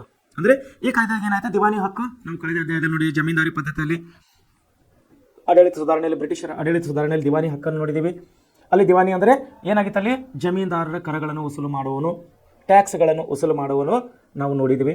ಅಲ್ಲಿ ಏನಾಗ್ತಾಯಿತ್ತು ಅಂದ್ರೆ, ಟ್ಯಾಕ್ಸನ್ನು ವಸೂಲು ಮಾಡುವಂಥ ಅಧಿಕಾರಿಗಳಿಗೆ ಕೂಡ ಕೊಡಲ್ಪಟ್ಟಿತ್ತು. ಈ ಅಧಿಕಾರದಿಂದ ಅಲ್ಲಿ ಏನಾಯ್ತು ಅಂದ್ರೆ, ಅಧಿಕಾರಿಗಳು ತನ್ನ ಸ್ವಾರ್ಥಕ್ಕೆ ಒಳಗಾದರು. ಯಾವ ರೀತಿ ಸ್ವಾರ್ಥ ಅಂದರೆ, ರೈತರಿಂದ 20 ರೂಪಾಯಿಗಳನ್ನು ವಸೂಲು ಮಾಡಿ ಬ್ರಿಟಿಷ್ ಸರ್ಕಾರಕ್ಕೆ 10 ರೂಪಾಯಿನೂ ಕೊಡೋದು ಮತ್ತು ತಾನು 10 ರೂಪಾಯಿನೂ ಇಟ್ಟುಕೊಳ್ಳುವುದು. ಇದರಲ್ಲಿ ತನ್ನ ಸ್ವಾರ್ಥತೆಯನ್ನು ಅವರು ಬಳಸ್ತಾ ಇದ್ದರು. ತಮ್ಮ ವೈಯಕ್ತಿಕ ಶ್ರೀಮಂತಿಕೆಯನ್ನು ಅಂದರೆ ಕಂಪನಿಯ ಹಿತಾಸಕ್ತಿಯನ್ನು ಬಿಟ್ಟು, ಯಾವ ಕಂಪನಿಯಲ್ಲಿ? ಈಸ್ಟ್ ಇಂಡಿಯಾ ಕಂಪನಿಯ ಹಿತಾಸಕ್ತಿಯನ್ನು ಬಿಟ್ಟು ತಮ್ಮ ವೈಯಕ್ತಿಕ ಶ್ರೀಮಂತಿಕೆಯನ್ನು ಅವರು ಹೆಚ್ಚಿಸಿಕೊಳ್ಳಲು ಇಲ್ಲಿ ಪ್ರಯತ್ನ ಪಡ್ತಾ ಇದ್ದರು. ಭ್ರಷ್ಟಾಚಾರ ವಿಪರೀತವಾಗಿ ಬೆಳೀತಾ ಬಂತು. ಇಂಗ್ಲೆಂಡಿನ ಶಾಸನಸಭೆ ಸದಸ್ಯನಾದ ಎಡ್ಮಂಡ್ ಬರ್ಕನು ಏನು ಹೇಳ್ತಾ ಇದ್ದಾನೆ? ಎಡ್ಮಂಡ್ ಬರ್ಕನು ವಾರ್ಷಿಕವಾಗಿ ಈಸ್ಟ್ ಇಂಡಿಯಾ ಕಂಪನಿಯಿಂದ ಬ್ರಿಟಿಷ್ ಸರ್ಕಾರ ಪಡೆಯುತ್ತಿದ್ದ ತೆರಿಗೆ ಹಣವನ್ನು ಅಪರಾಧ ತೆರಿಗೆ ಎಂದು ತೀಕ್ಷ್ಣವಾಗಿಯೇ ಇಲ್ಲಿ ಟೀಕಿಸ್ತಾ ಇದ್ದ. ಕಂಪನಿ ಅಧಿಕಾರಿಗಳು ಭಾರತದಲ್ಲಿ ನಡೆಸುತ್ತಿದ್ದ ಅನೈತಿಕ ವ್ಯವಹಾರಗಳು ಗೊತ್ತಿದ್ದರು. ಅನೈತಿಕ ವ್ಯವಹಾರ ಇಲ್ಲಿ ಅಧಿಕಾರಿಗಳು ನಡೆಸ್ತಾ ಇದ್ದಾರೆ ಅಂತೇಳಿ ಬ್ರಿಟಿಷ್ ಸರ್ಕಾರಕ್ಕೆ ಗೊತ್ತಿದ್ದರೂ ಕೂಡ ಯಾವುದೇ ಕ್ರಮವನ್ನು ಜರುಗಿಸದೆ ಸುಮ್ಮನಿದ್ದಿದ್ದೇ ಇದಕ್ಕೆ ಕಾರಣ ಆಯ್ತು ಅಂತ ಹೇಳಿ ಯಾರು?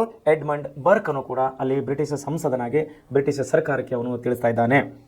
ಅವನು ಹೀಗೆ ಹೇಳಲು ಕಾರಣವಾಗಿತ್ತು. ಅವನು ಈ ರೀತಿ ಹೇಳಕ್ಕೆ ಒಂದು ರೀಸನ್ ಇತ್ತು, ಅದಕ್ಕೆ ಕಾರಣ ಇತ್ತದು. ಏನು ಕಾರಣ ಇತ್ತದು? ಇವರು ಸಂಪಾದಿಸಿದ ಹಣದ ಪ್ರಮಾಣ ಎಷ್ಟಿತ್ತಂದರೆ, ಯಾರು ಅಧಿಕಾರಿಗಳು ಎಷ್ಟಿತ್ತಂದರೆ, ಇಂಗ್ಲೆಂಡಿನ ರಾಜಕೀಯ ವ್ಯವಸ್ಥೆಯನ್ನು ಬುಡಮೇಲು ಮಾಡಬಹುದು ಎನ್ನುವಂಥ ಆತಂಕ ಇಂಗ್ಲೆಂಡಿನಲ್ಲಿ ಅನೇಕರಿಗಿತ್ತು. ಅಂದರೆ ಅಷ್ಟು ಶ್ರೀಮಂತರಾಗಿದ್ದರು ಇವರು ಬ್ರಿಟಿಷ್ ಅಧಿಕಾರಿಗಳು. ಬ್ರಿಟಿಷ್ ಸರ್ಕಾರಕ್ಕೆ ಏನು ಟ್ಯಾಕ್ಸನ್ನು ಕೊಡಬೇಕು ಅಷ್ಟು ಕೊಟ್ಟು ಕೂಡ ಇವರಲ್ಲಿ ವಿಪರೀತವಾದಂಥ ಹಣವನ್ನು ಇವರು ಸಂಪಾದನೆ ಮಾಡಿದರು ಅಧಿಕಾರಿಗಳು. ಈ ಹಿನ್ನೆಲೆಯಲ್ಲಿ ರೆಗ್ಯುಲೇಟಿಂಗ್ ಕಾಯ್ದೆಯನ್ನು 1973ರಲ್ಲಿ ಜಾರಿಗೆ ತರಲಾಯಿತು. ಏನದು ಜಾರಿಗೆ ತರಲಾದಂಥ ಅದರ ಅಂಶಗಳು ಏನಿತ್ತು? ಅದರ ಪ್ರಾಮುಖ್ಯತೆ ಏನಿತ್ತು? ಈ 1773 ರೆಗ್ಯುಲೇಟಿಂಗ್ ಆ್ಯಕ್ಟ್ನ ಅದರ ವಿಶೇಷತೆ ಏನಿತ್ತು ಅನ್ನೋದನ್ನು ನಾವಿಲ್ಲಿ ನೋಡೋಣ. ಮೊದಲನೇದಾಗಿ ಈ ಕಾಯ್ದೆಯು ಜಾರಿಗೆ ಬರುವ ಪೂರ್ವದಲ್ಲಿ, ಅಂದರೆ ಈ ಕಾಯ್ದೆಯು ಜಾರಿಗೆ ಮುಂಚೆ ಬ್ರಿಟಿಷ್ ಅಧೀನದಲ್ಲಿದ್ದ ಪ್ರಾಂತಗಳನ್ನು 3 ಪ್ರೆಸಿಡೆನ್ಸಿಗಳಾಗಿ ವಿಂಗಡಿಸಲಾಗಿತ್ತು. ಅವುಗಳೆಂದರೆ, ಒಂದು ಬಂಗಾಳ, ಮುಂಬೈ ಮತ್ತು ಮದ್ರಾಸ್. ಒಂದು ಬಂಗಾಳ, ಎರಡನೇದಾಗಿ ಬಂಗಾಳ ಆದಮೇಲೆ ಮುಂಬೈ ಮತ್ತು ಮದ್ರಾಸ್. ಇವು ಪ್ರೆಸಿಡೆನ್ಸಿಯಲ್ ಅಂತ ಅಂದರೆ ಅವರ ಅಧಿಕಾರದ ಒಂದು ಕೇಂದ್ರಗಳಂತೇಳಿ ಅವಾಗ ವಿಂಗಡಿಸಲಾಗಿತ್ತು. ಅವುಗಳೆಂದರೆ ಬಂಗಾಳ, ಮುಂಬೈ ಮತ್ತು ಮದ್ರಾಸ್ ಪ್ರೆಸಿಡೆನ್ಸಿಗಳು. ಇವುಗಳು ಪ್ರತ್ಯೇಕವಾಗಿಯೂ ಮತ್ತು ಸ್ವತಂತ್ರವಾಗಿಯೂ ಕಾರ್ಯನಿರ್ವಹಿಸ್ತಾ ಇದ್ದವು. ಈ ಕಾಯ್ದೆ ಪ್ರಕಾರ ಬಂಗಾಳ ಪ್ರೆಸಿಡೆನ್ಸಿಯು ಉಳಿದ 2 ಪ್ರೆಸಿಡೆನ್ಸಿಗಳ ಮೇಲೆ ಅಧಿಕಾರವನ್ನು ಪಡೆಯಿತು. ಅಂದರೆ ಈ 2 ಪ್ರೆಸಿಡೆನ್ಸಿಗಳ ಮೇಲೆ ಬ್ರಿಟಿಷರು ಬಂಗಾಳ ಪ್ರೆಸಿಡೆನ್ಸಿಗೆ ಹೆಚ್ಚಿನ ಅಧಿಕಾರವನ್ನು ಕೊಟ್ಟಿದ್ದರು, ಅವರಿಗೆ ಹೆಚ್ಚಿನ ಪವರ್ಗಳನ್ನು ಕೊಡಲಾಯಿತು. ಇವರಿಬ್ಬರು ಉಳಿದವರು ಯಾರು? ಮುಂಬೈ ಮತ್ತು ಮದ್ರಾಸ್. ಈ 2 ಪ್ರೆಸಿಡೆನ್ಸಿಗಳು ಅದರ ಅಂಡರದಲ್ಲಿ, ಅಂದರೆ ಅವರ ಅಧೀನದಲ್ಲಿ, ಯಾವುದು ಬಂಗಾಳ ಪ್ರೆಸಿಡೆನ್ಸಿಯ ಅಧೀನದಲ್ಲಿ ಅಂದರೆ ಅವರು ಹೇಳಿದಂಗೆ ಇವರು ಕೇಳೋದು, ಅವರು ನೀತಿಗೆ ತಂದಂಥ ಕಾಯ್ದೆಗಳನ್ನು ಇವರು ಜಾರಿಗೊಳಿಸೋದು. ಅದೇ ಅವರ ಅಧೀನದಲ್ಲಿ ಇವರು ಕೆಲಸ ಮಾಡುವಂಥ ಇವರಿಗೆ ಪರಿಸ್ಥಿತಿಯನ್ನು ಬಂದಿತ್ತು. ಯಾರಿಗೆ? ಮುಂಬೈ ಮತ್ತು ಮದ್ರಾಸ್ ಪ್ರೆಸಿಡೆನ್ಸಿಗಳಿಗೆ. ಬಂಗಾಳದ ಗವರ್ನರು 3 ಪ್ರೆಸಿಡೆನ್ಸಿಗಳಿಗೆ ಗವರ್ನರ್ ಜನರಲ್ ಆಗಿದ್ದನು. ಅಂದರೆ ಈ 3 ಪ್ರೆಸಿಡೆನ್ಸಿಗಳು ಇವನು ಬಾಸ್ ಆಗಿದ್ದನು, ಅಂದರೆ ಮುಖ್ಯನಾಗಿದ್ದನು. ಆಮೇಲೆ ಗವರ್ನರ್ ಜನರಲ್ಗೆ ಬಾಂಬೆ ಮತ್ತು ಮದ್ರಾಸ್ ಪ್ರೆಸಿಡೆನ್ಸಿಗಳನ್ನು ನಿರ್ದೇಶಿಸುವ, ನಿಯಂತ್ರಿಸುವ ಮತ್ತು ಮೇಲ್ವಿಚಾರಣೆ ಮಾಡುವ ಅಧಿಕಾರವನ್ನು ಈ ಕಾನೂನು ನೀಡಿತ್ತು.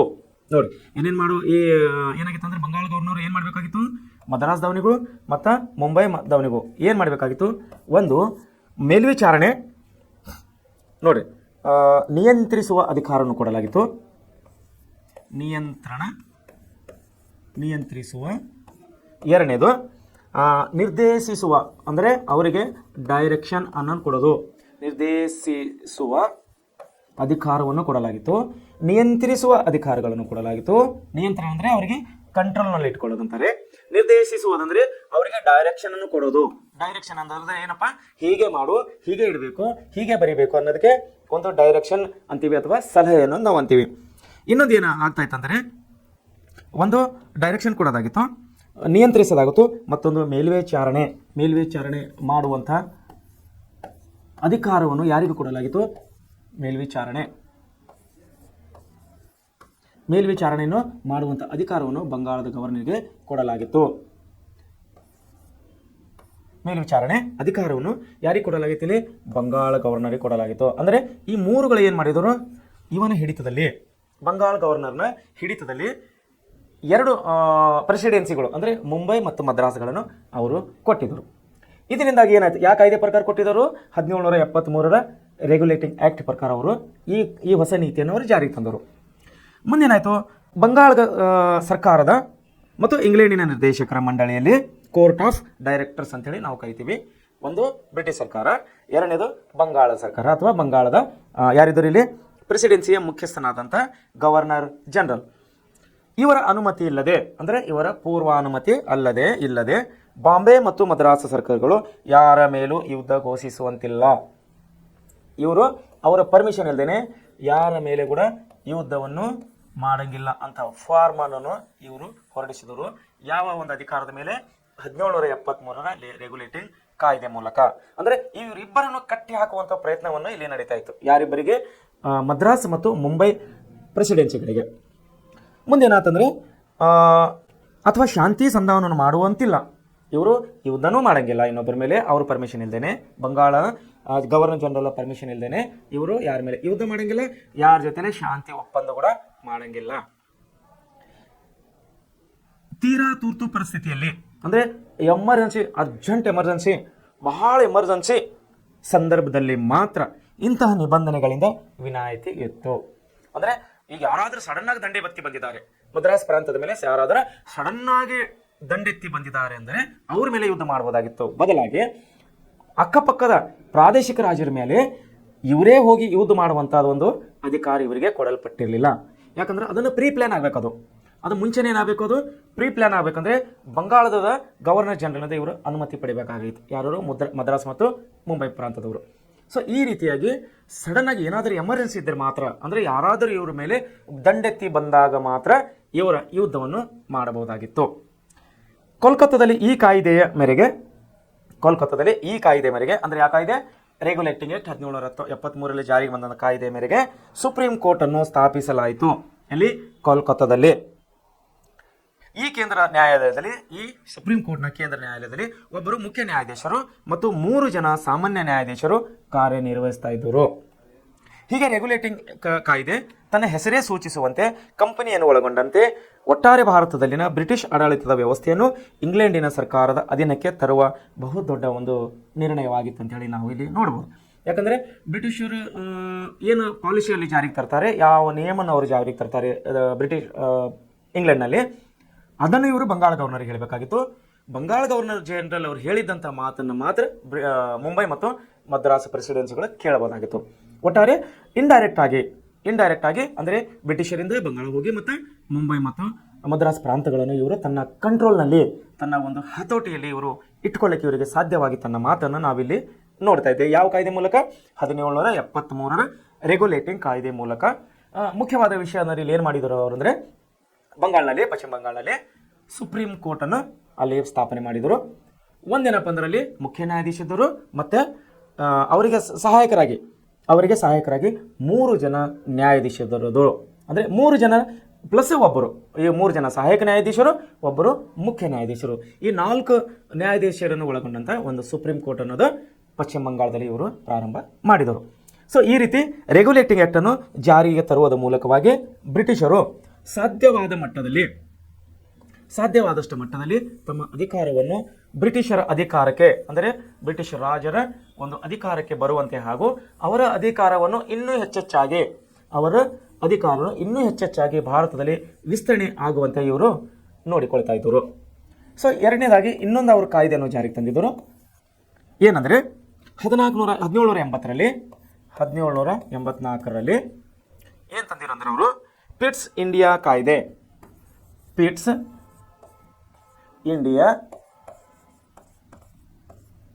ಕಾಯ್ದೆ ಅನ್ನೋಂಥದ್ದು ಒಂದು ವಿಷಯವನ್ನು, ಕಾಯ್ದೆ ಅನ್ನೋಂಥ ಇವರು ನಿಯಮವನ್ನು ಜಾರಿಗೆ ತಂದಿದ್ದರು. ಯಾವಾಗ? 1784ರಲ್ಲಿ. ಈ 1784ರ ಪಿಟ್ಸ್ ಇಂಡಿಯಾ ಕಾಯ್ದೆಯನ್ನು ಏನು ಹೇಳ್ತದೆ? ಈಗ ನಾವು 1770 ರೆಗ್ಯುಲೇಟಿಂಗ್ ಆ್ಯಕ್ಟ್ ಬಗ್ಗೆ ಏನು ನೋಡ್ಕೊಂಡು ನಾವು ಶಿಕ್ಷಣ ಪದ್ಧತಿಯಲ್ಲಿ ಆದ ನಂತರ ಅವ್ರು ಏನು ಮಾಡಿದ್ರು? ರೆಗ್ಯುಲೇಟಿಂಗ್ ಆ್ಯಕ್ಟ್ನ ಮೂಲಕವಾಗಿ 3 ಪ್ರೆಸಿಡೆನ್ಸಿಗಳನ್ನು ಪ್ರಾರಂಭ ಮಾಡಿದ್ದರು. ಒಂದು ಬಂಗಾಳನಲ್ಲಿ, 2ನೇದು ಮದ್ರಾಸ್ನಲ್ಲಿ, 3ನೇದು ಮುಂಬೈನಲ್ಲಿ. ಕಂಟ್ರೋಲಿಂಗ್ ಯಾರ ಹತ್ರ ಇತ್ತಿದ್ದು? ಬಂಗಾಳ ಗವರ್ನರ್ ಹತ್ರ ಇತ್ತು. ಬಂಗಾಳ ಗವರ್ನರ್ ಒಂದು ಪರ್ಮಿಷನ್ ಇಲ್ಲದೇ, ಅವರ ಅನುಮತಿ ಇಲ್ಲದೆ ಇವರು ಯಾರ ಮೇಲೆ ಯುದ್ಧ ಸಾರಂಗಿಲ್ಲ, ಯಾರ ಜೊತೆಲೆ ಶಾಂತಿ ಸಂಧಾನವನ್ನು ಮಾಡಂಗಿಲ್ಲ. ಮತ್ತು ಸುಪ್ರೀಂ ಕೋರ್ಟ್ ಅನ್ನೋದು ಬಂಗಾಳನಲ್ಲಿ ಇವರು ಪ್ರಾರಂಭ ಮಾಡಿದರು. ಅದಕ್ಕೆ 4 ನ್ಯಾಯಾಧೀಶರಾಗಿದ್ದರು, ಒಬ್ಬರು ಮುಖ್ಯ ನ್ಯಾಯಾಧೀಶರು, ಮೂವರು ಸಹಾಯ ನ್ಯಾಯಾಧೀಶರು ಅನ್ನೋಂಥ ವಿಷಯಗಳನ್ನು ನಾವು ರೆಗ್ಯುಲೇಟಿಂಗ್ ಆ್ಯಕ್ಟ್ನಲ್ಲಿ ನೋಡಿದ್ದೇವೆ. ಈಗ ಪಿಟ್ಸ್ ಇಂಡಿಯಾ ಚಳವಳಿ 1784ರಲ್ಲಿ ಇಲ್ಲಿ ಜಾರಿಗೆ ಬರ್ತಾ ಇದೆ. ಏನಾದರೂ ವಿಶೇಷತೆಗಳು ಅನ್ನೋದು ನಾವು ನೋಡೋಣ. 1773 ರೆಗ್ಯುಲೇಟಿಂಗ್ ಕಾಯ್ದೆಯಲ್ಲಿ ಕೆಲವು ಅನಿಶ್ಚಿತತೆಗಳಿದ್ದವು. ಇವುಗಳನ್ನು ನಿವಾರಿಸುವುದರ ಮೂಲಕ, ಅಂದರೆ ಕೆಲವು ತಪ್ಪು ತಡೆಗಳು, ಅನಿಶ್ಚಿತತೆ ಅಂದರೆ ಕೆಲವು ತಪ್ಪು ತಡೆಗಳು ಬ್ರಿಟಿಷ್ ರೆಗ್ಯುಲೇಟಿಂಗ್ ಆ್ಯಕ್ಟ್ನಲ್ಲಿ ಇದ್ದವು. ಅದನ್ನು ಸುಧಾರಣೆ ಮಾಡುವ ಸಲುವಾಗಿ, ಅವುಗಳನ್ನು ನಿವಾರಿಸುವ ಸಲುವಾಗಿ ಇವರು ಏನು ಮಾಡಿದ್ರು? ಜೊತೆಗೆ ಬ್ರಿಟಿಷ್ ಸರ್ಕಾರದ ಅಧಿಕಾರವನ್ನು ಕಂಪನಿ ಮತ್ತು ಸರ್ಕಾರಕ್ಕಿದ್ದ ಅಧಿಕಾರದ ಮಿತಿಗಳನ್ನು ಸ್ಪಷ್ಟಪಡಿಸುವುದೇ ಈ ಕಾಯ್ದೆಯ ಪ್ರಮುಖ ಉದ್ದೇಶವಾಗಿತ್ತು. ಯಾವುದು? ಪಿಟ್ಸ್ ಇಂಡಿಯಾ ಕಾಯ್ದೆ ಉದ್ದೇಶವಾಗಿತ್ತು. ಇಂಗ್ಲೆಂಡಿನ ಸರ್ಕಾರ ಈ ಕಾಯ್ದೆಯಲ್ಲಿ ಹೊಸ ನಿಬಂಧನೆಗಳಂದರೆ ಕಂಡೀಷನ್ಸ್ ಅಥವಾ ರೂಲ್ಸ್ಗಳನ್ನು ಹೇರುವುದರ ಮೂಲಕ, ಹೊಸ ಕಂಡೀಷನ್ಸನ್ನು ಹೇರುವುದರ ಮೂಲಕ ಭಾರತದಲ್ಲಿ ಕಂಪನಿ ಸರ್ಕಾರವನ್ನು ನಿರ್ಣಾಯಕವಾಗಿ ನಿಯಂತ್ರಿಸಿತು. ಭಾರತದಲ್ಲಿ ಕಂಪನಿ ಏನು ಮಾಡಿತ್ತು? ಕಂಪನಿ ಸರ್ಕಾರವನ್ನು ನಿರ್ಣಾಯಕವಾಗಿ ಇಲ್ಲಿ ನಿಯಂತ್ರಿಸಲಿಕ್ಕೆ ಅವರಿಗೆ ಸಾಧ್ಯ ಆಗಿತ್ತು ಪಿಟ್ಸ್ ಇಂಡಿಯಾ ಕಾಯ್ದೆ ಮೂಲಕ. ಇನ್ನೊಂದು ಏನಾಗಿತ್ತು ಅಂದರೆ, ಇನ್ನೊಂದು ಪ್ರಮುಖ ವಿಷಯವೇನೆಂದರೆ ನಿಯಂತ್ರಣ ಮಂಡಳಿ, ಬೋರ್ಡ್ ಆಫ್ ಕಂಟ್ರೋಲ್. ನೋಡ್ರಿ, ಇಲ್ಲಿ ಏನಾಗಿತ್ತು ಅಂದರೆ ಬೋರ್ಡ್ ಆಫ್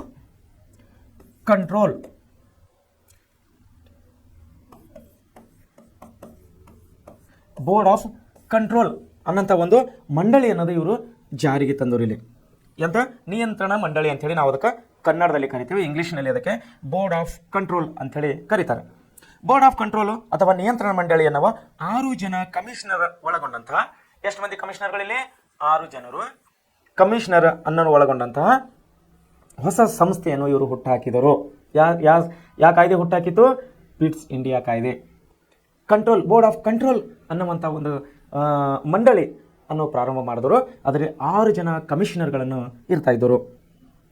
ಇಲ್ಲಿ ಪ್ರಮುಖವಾಗಿ ಗಮನಿಸಬೇಕಾದ ಅಂಶವೇನೆಂದರೆ, ಈ ಹಿಂದೆ ಇದ್ದ ನಿರ್ದೇಶಕರ ಮಂಡಳಿ, ಇದಕ್ಕಿಂತ ಮುಂಚೆ ಏನಿತ್ತು? ಕೋರ್ಟ್ ಆಫ್ ಡೈರೆಕ್ಟರ್ಸ್ ಅಂತಿತ್ತು. ಅದರ ಜಾಗದಲ್ಲಿ ಏನು ಮಾಡಿದ್ರು ಇವರು? ನಿಯಂತ್ರಣ ಮಂಡಳಿ, ಕೋರ್ಟ್ ಆಫ್ ಡೈರೆಕ್ಟರ್ ಅನ್ನೋದ ಅದರ ಜಾಗದಲ್ಲಿ ಇವರು ಮಾಡಿದ್ರು ಬೋರ್ಡ್ ಆಫ್ ಕಂಟ್ರೋಲ್ ಅನ್ನೋಂಥ ಸಂಸ್ಥೆಯನ್ನು ಇವರು ಹುಟ್ಟಾಕಿದರು. ಈ ಮಂಡಳಿಯು ನಾಗರಿಕ, ಮಿಲಿಟರಿ ಮತ್ತು ಕಂದಾಯ ವಿಷಯಗಳಲ್ಲಿ ನಿರ್ದೇಶಿಸುವ, ನಿಯಂತ್ರಿಸುವ, ಮೇಲ್ವಿಚಾರಣೆ ನಡೆಸುವ ಅಧಿಕಾರವನ್ನು ಪಡೆದಿತ್ತು. ಯಾವುದು? Board of control. ಏನೇನು ಮಾಡ್ತಾ ಇದ್ರು ಇವರು? 3 ವಿಷಯಗಳ ಮೇಲೆ ತನ್ನ ಅಧಿಕಾರವನ್ನು ನಡೆಸುವಂಥ ಒಂದು ನಾಗರಿಕ,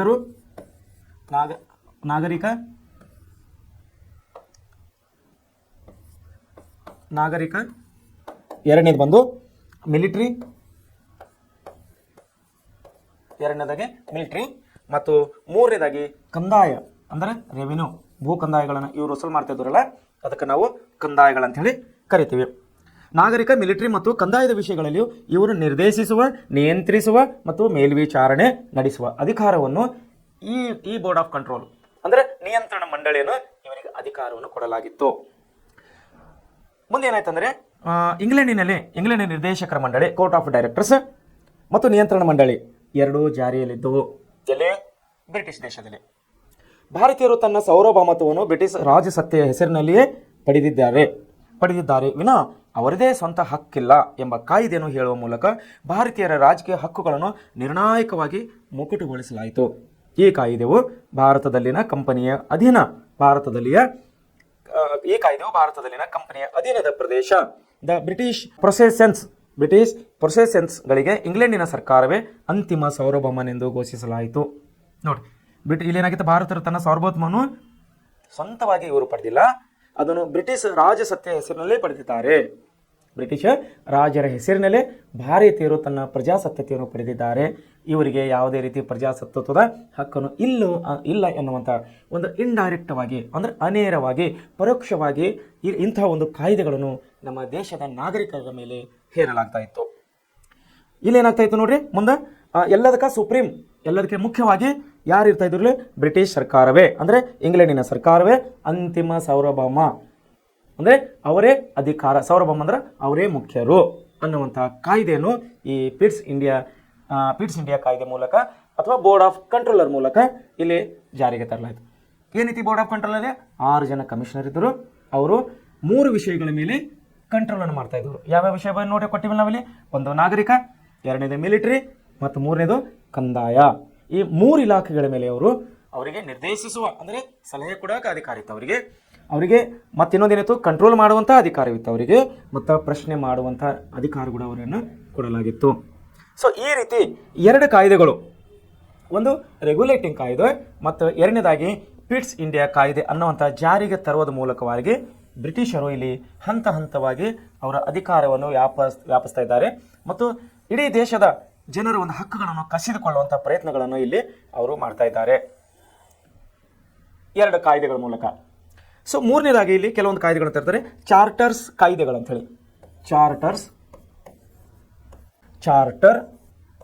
ಕಾಯ್ದೆಗಳು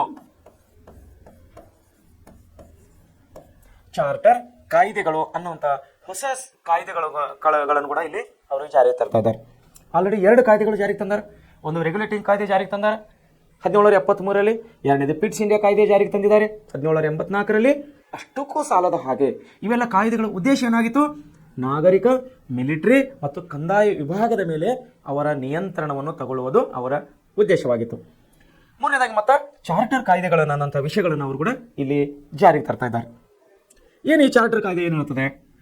ಚಾರ್ಟರ್ ಕಾಯ್ದೆಗಳ ಪ್ರಮುಖ ಉದ್ದೇಶವೇನೆಂದರೆ ಭಾರತದಲ್ಲಿ ಈಸ್ಟ್ ಇಂಡಿಯಾ ಕಂಪನಿಯ ಪರವಾನಗಿಯನ್ನು ವಿಸ್ತರಿಸುವುದು. ಭಾರತದಲ್ಲಿ ಈಸ್ಟ್ ಇಂಡಿಯಾ ಕಂಪನಿ ಇಲ್ಲಿ ಕೆಲಸ ಮಾಡ್ತಾ ಇದೆ. ಅದಕ್ಕೆ ವೈಸರಾಯ್ಗಳಿದ್ದಾರೆ, ಗವರ್ನರ್ ಜನರಲ್ಸ್ ಅದಾರೆ, ಅದರಲ್ಲಿ ಮತ್ತು ಅವರ ಅಧೀನದಲ್ಲಿ ಕೆಲಸ ಮಾಡುವಂಥ ಕೆಲವೊಂದು ಅಧಿಕಾರಿಗಳು ಕೂಡ ಇದ್ದಾರೆ. ಅವರ ಒಂದು ಕಂಪನಿಯ ಪರವಾನಗಿ ಅಂದರೆ ಲೈಸೆನ್ಸ್, ಪರ್ಮಿಷನ್ಸ್ ನಾವೇನಂತೀವಿ, ಅದನ್ನು ಭಾರತದಲ್ಲಿ ಇನ್ನೂ ವಿಸ್ತರಣೆ ಮಾಡಬೇಕು. ನೋಡಿ, ಚಾರ್ಟರ್ ಕಾಯ್ದೆಯ ಪ್ರಮುಖ ಉದ್ದೇಶ ಏನಾಗಿತ್ತು? ಭಾರತದಲ್ಲಿ ಈಸ್ಟ್ ಇಂಡಿಯಾ ಕಂಪನಿಯ ಪರವಾನಗಿ ಪರ್ಮಿಟ್ ಅನ್ನೋದು ಇನ್ನೂ ವಿಸ್ತರಣೆ ಮಾಡಬೇಕಾಗಿತ್ತು. 1793, 1813, 1833 ಮತ್ತು 1853ರಲ್ಲಿ ಚಾರ್ಟರ್ ಕಾಯ್ದೆಗಳನ್ನು ಇವರು ಜಾರಿಗೆ ತರಲಾಗಿತ್ತು. ಯಾವಾಗ 4 ಸಾರಿ ಕಾಯ್ದೆಗಳನ್ನು ಇವರು ಜಾರಿಗೆ ತರ್ತಾ ಇದ್ದಾರೆ. ಒಂದು 1793, ಎರಡನೇದಾಗಿ 1813 ಮತ್ತು 1833 ಮತ್ತು 1853ರಲ್ಲಿ. ಹೀಗೆ ಈ 3 ಸಾರಿ ಅವರನ್ನು ಕಾಯ್ದೆ ಅನ್ನೋದು ಜಾರಿಗೆ ತರುವಂಥ ಇಲ್ಲಿ ಪ್ರಯತ್ನಗಳನ್ನು ಮಾಡ್ತಾ ಇದ್ದಾರೆ. ಅದರಲ್ಲಿ ಚಾರ್ಟರ್ ಆ್ಯಕ್ಟ್ಗಳಲ್ಲಿ 1793, 1813, 1833 ಮತ್ತು 1853 ಚಾರ್ಟರ್ಡ್ ಕಾಯ್ದೆಗಳ ಮೂಲಕವಾಗಿ ಇವರು ಏನು ಉದ್ದೇಶ ಏನಾಗಿದೆ ಇಲ್ಲಿ, ಈಸ್ಟ್ ಇಂಡಿಯಾ ಕಂಪನಿ ಪರ್ಮಿಟ್ ಅನ್ನೋದು ಇನ್ನೂ ವಿಸ್ತರಣೆ ಮಾಡೋದು ಇವರ ಉದ್ದೇಶ ಆಗಿದೆ. ಏನು ಹೇಳ್ತಾ ಇದೆ ಮುಂದದು, ಪ್ರತಿ 20 ವರ್ಷಕ್ಕೊಮ್ಮೆ ಕಂಪನಿಗೆ ಪರವಾನಗಿಯನ್ನು ನವೀಕರಿಸುವ ಮಾಡುವ ಸಂದರ್ಭದಲ್ಲಿ ಇಂಗ್ಲೆಂಡಿನ ಸರ್ಕಾರದ ತೆಗೆದುಕೊಂಡ ಹೊಸ ನೀತಿಗಳನ್ನು ಇಲ್ಲಿ ಕಾಯ್ದೆಗಳಲ್ಲಿ ಸೇರಿಸಲಾಯಿತು. ಈ 4 ಕಾಯ್ದೆಗಳಲ್ಲಿ ಅಂದರೆ 1813 ಮತ್ತು 33 ಕಾಯ್ದೆಗಳು ವಿವಿಧ ಚಾರಿತ್ರಿಕ ಕಾರಣಗಳಿಂದ ಪ್ರಮುಖವಾಗಿದ್ದವು. ಯಾವುದು, ಒಂದು 13 ಮತ್ತು 33. ಈ 2 ಕಾಯ್ದೆಗಳು ಅತಿ ಪ್ರಾಮುಖ್ಯತೆಯನ್ನು ಇಲ್ಲಿ ಪಡಿತಾ ಇದ್ದಾವೆ. ಯಾವ ರೀತಿ ಅವರು ಪ್ರಾಮುಖ್ಯತೆಯನ್ನು ಪಡಿತಾ ಇದ್ದಾವೆ ಅಂದರೆ, ಪ್ರತಿ 20 ವರ್ಷಕ್ಕೊಂದು ಪ್ರತಿ 20 ವರ್ಷಗಳಿಗೆ ಒಂದು ಸಾರಿ ಈ ಬ್ರಿಟಿಷ್ ಈಸ್ಟ್ ಇಂಡಿಯಾ ಕಂಪನಿಯ ಅಧಿಕಾರವನ್ನು ಇನ್ನೂ ವಿಸ್ತರಣೆ ಮಾಡುವುದು, ಕಂಪನಿ ಪರವಾಗಿನೂ ನವೀಕರಣ ಅಂದರೆ ಲೈಸೆನ್ಸ್ ಅನ್ನೋದು ರಿನಿವಲ್ ಅಂತೀವಲ್ಲ, ವಿಸ್ತರಿಸೋದು ಅವರ ಉದ್ದೇಶವಾಗಿತ್ತು. ಅದರ ಮೂಲಕ ರಿನಿವಲ್ ಮಾಡುವುದರ ಮೂಲಕವಾಗಿ, ಕಂಪನಿಯ ಲೈಸೆನ್ಸನ್ನು ರಿನಿವಲ್ ಮಾಡೋದ್ರ ಮೂಲಕವಾಗಿ ಈಸ್ಟ್ ಇಂಡಿಯಾ ಕಂಪನಿಯ ಅಧಿಕಾರವನ್ನು ಇನ್ನೂ ವಿಸ್ತರಿಸುವುದು ಅವರ ಉದ್ದೇಶವಾಗಿತ್ತು. ಅದರಲ್ಲಿ 1813 ಮತ್ತು 1833 ಚಾರ್ಟರ್ ಕಾಯ್ದೆಗಳು ಅತಿ ಮುಖ್ಯವಾಗಿ ಅವರಿಗೆ ಸಹಾಯಕವಾದಂಥ ಅಂಶಗಳನ್ನು ನಾವಿಲ್ಲಿ ನೋಡ್ತಾ ಇದ್ದೇವೆ. ಹಾಗಾದರೆ ಯಾವ ರೀತಿ ಅವರಿಗೆ ಸಹಾಯಕ ಆಯಿತು ಅನ್ನೋದನ್ನು ನಾವಿಲ್ಲಿ ವಿಶೇಷವಾಗಿ ನೋಡೋಣ. ಒಂದೇನ ಈ ಕಾಯ್ದೆವು ಯಾವುದು, 1813 ಚಾರ್ಟರ್ ಕಾಯ್ದೆ ಏನು ಹೇಳ್ತಾ ಇದೆ? ಈ ಕಾಯ್ದೆಯು ಈಸ್ಟ್ ಇಂಡಿಯಾ ಕಂಪನಿಗೆ ಮುಂದಿನ 20 ವರ್ಷಗಳು ಭಾರತದಲ್ಲಿರುವ ಅಧಿಕಾರವನ್ನು ನೀಡಲಾಯಿತು. ಈ ಕಂಪನಿಯು ಜಾರಿಗೊಳ್ಳುವ ಪೂರ್ವದಲ್ಲಿ ಭಾರತದಲ್ಲಿ ವ್ಯಾಪಾರ ಮಾಡುವ ಅಧಿಕಾರವನ್ನು ಕಂಪನಿಗೆ ಮಾತ್ರವಲ್ಲದೆ ಇಚ್ಛೆ ಉಳ್ಳವರೆಲ್ಲರಿಗೂ ನೀಡಬೇಕೆಂದು ದೊಡ್ಡ ಹೋರಾಟ ನಡೀತಾ ಇತ್ತು. ಈ ಹಿನ್ನೆಲೆಯಲ್ಲಿ ಇಚ್ಛೆ ಇದ್ದವರೆಲ್ಲರಿಗೂ ಅಂದರೆ ವ್ಯಾಪಾರ ಮಾಡಬೇಕಂತ ಇಚ್ಛೆ ಇದ್ದವರೆಲ್ಲರಿಗೂ ಈ ಕಾಯ್ದೆಯು ಅವಕಾಶವನ್ನು ಮುಕ್ತವಾಗಿಸಿತ್ತು. ಇದರ ಪರಿಣಾಮವಾಗಿ ಮುಕ್ತ ವ್ಯಾಪಾರದ ಹೊಸ ಶಕೆಯನ್ನು ಆರಂಭಿಸಲಾಯಿತು. ಏನಾಗಿತ್ತು ಇಲ್ಲಿ, ಚಾರ್ಟರ್ ಆ್ಯಕ್ಟ್ 1813 ಕಾಯ್ದೆಯಲ್ಲಿ ಏನು ಹೇಳ್ತದೆ, ಮುಂದಿನ 20 ವರ್ಷಗಳಲ್ಲಿ ಭಾರತಕ್ಕೆ ಅಧಿಕಾರವನ್ನು ಕೊಡಲಾಯಿತು, ಅಂದರೆ ರಿನಿವಲ್ ಮಾಡಿದವರು. ಈ ಕಾಯ್ದೆಯನ್ನು ಜಾರಿಗೊಳ್ಳುವ ಪೂರ್ವದಲ್ಲಿ ಹೆಂಗಿತ್ತು, ಇದಕ್ಕಿಂತ ಮುಂಚೆ ಹೆಂಗಿತ್ತು ಅಂದರೆ, ಭಾರತದಲ್ಲಿ ವ್ಯಾಪಾರ ಮಾಡುವ ಅಧಿಕಾರ ಕಂಪನಿಗೆ ಮಾತ್ರವಲ್ಲದೆ ಮತ್ತೆ ಯಾರಿಗಿತ್ತು, ಇಚ್ಛೆ ಉಳ್ಳವರಿಗೆ. ಕಂಪನಿಯ ಅಧಿಕಾರ ವ್ಯಾಪಾರ ಅಂದ್ರೇನು, ಎದಕ್ಕೆ ಭಾರತ ದೇಶಕ್ಕೆ ಅವರು ಬಂದದ್ದು, ಎದಕ್ಕೆ, ಸಾಂಬಾರ ಪದಾರ್ಥದ ವ್ಯಾಪಾರಕ್ಕಾಗಿ, ಮಸಾಲೆ ಪದಾರ್ಥದ ವ್ಯಾಪಾರಕ್ಕಾಗಿ ಅವರ ಉದ್ದೇಶವನ್ನು ಇಟ್ಟುಕೊಂಡು ಎಲ್ಲ ಯುರೋಪಿಯನ್ನರು ಇನ್ಕ್ಲೂಡಿಂಗ್ ಬ್ರಿಟಿಷ್ ಅವರನ್ನು ಹಿಡ್ಕೊಂಡು ಭಾರತಕ್ಕೆ ಬಂದವರು ಅಂತೇಳಿ ನಾವು ಕಳೆದ 2 ಅಧ್ಯಾಯದಲ್ಲಿ ಅಥವಾ 1ನೇ ಅಧ್ಯಾಯದಲ್ಲಿ ನಾವು ಚೆನ್ನಾಗಿ ನೋಡಿದ್ದೀವಿ. ಅವರ ಪ್ರಮುಖ ಉದ್ದೇಶವೇ ವ್ಯಾಪಾರವಾಗಿತ್ತು. ಅದರಲ್ಲಿ ಪೋರ್ಚುಗೀಸರು ಬಂದರು, ಫ್ರೆಂಚರು ಬಂದರು, ಡಚ್ಚರು ಬಂದರು ಮತ್ತು ಇಂಗ್ಲೀಷರು ಬಂದರು.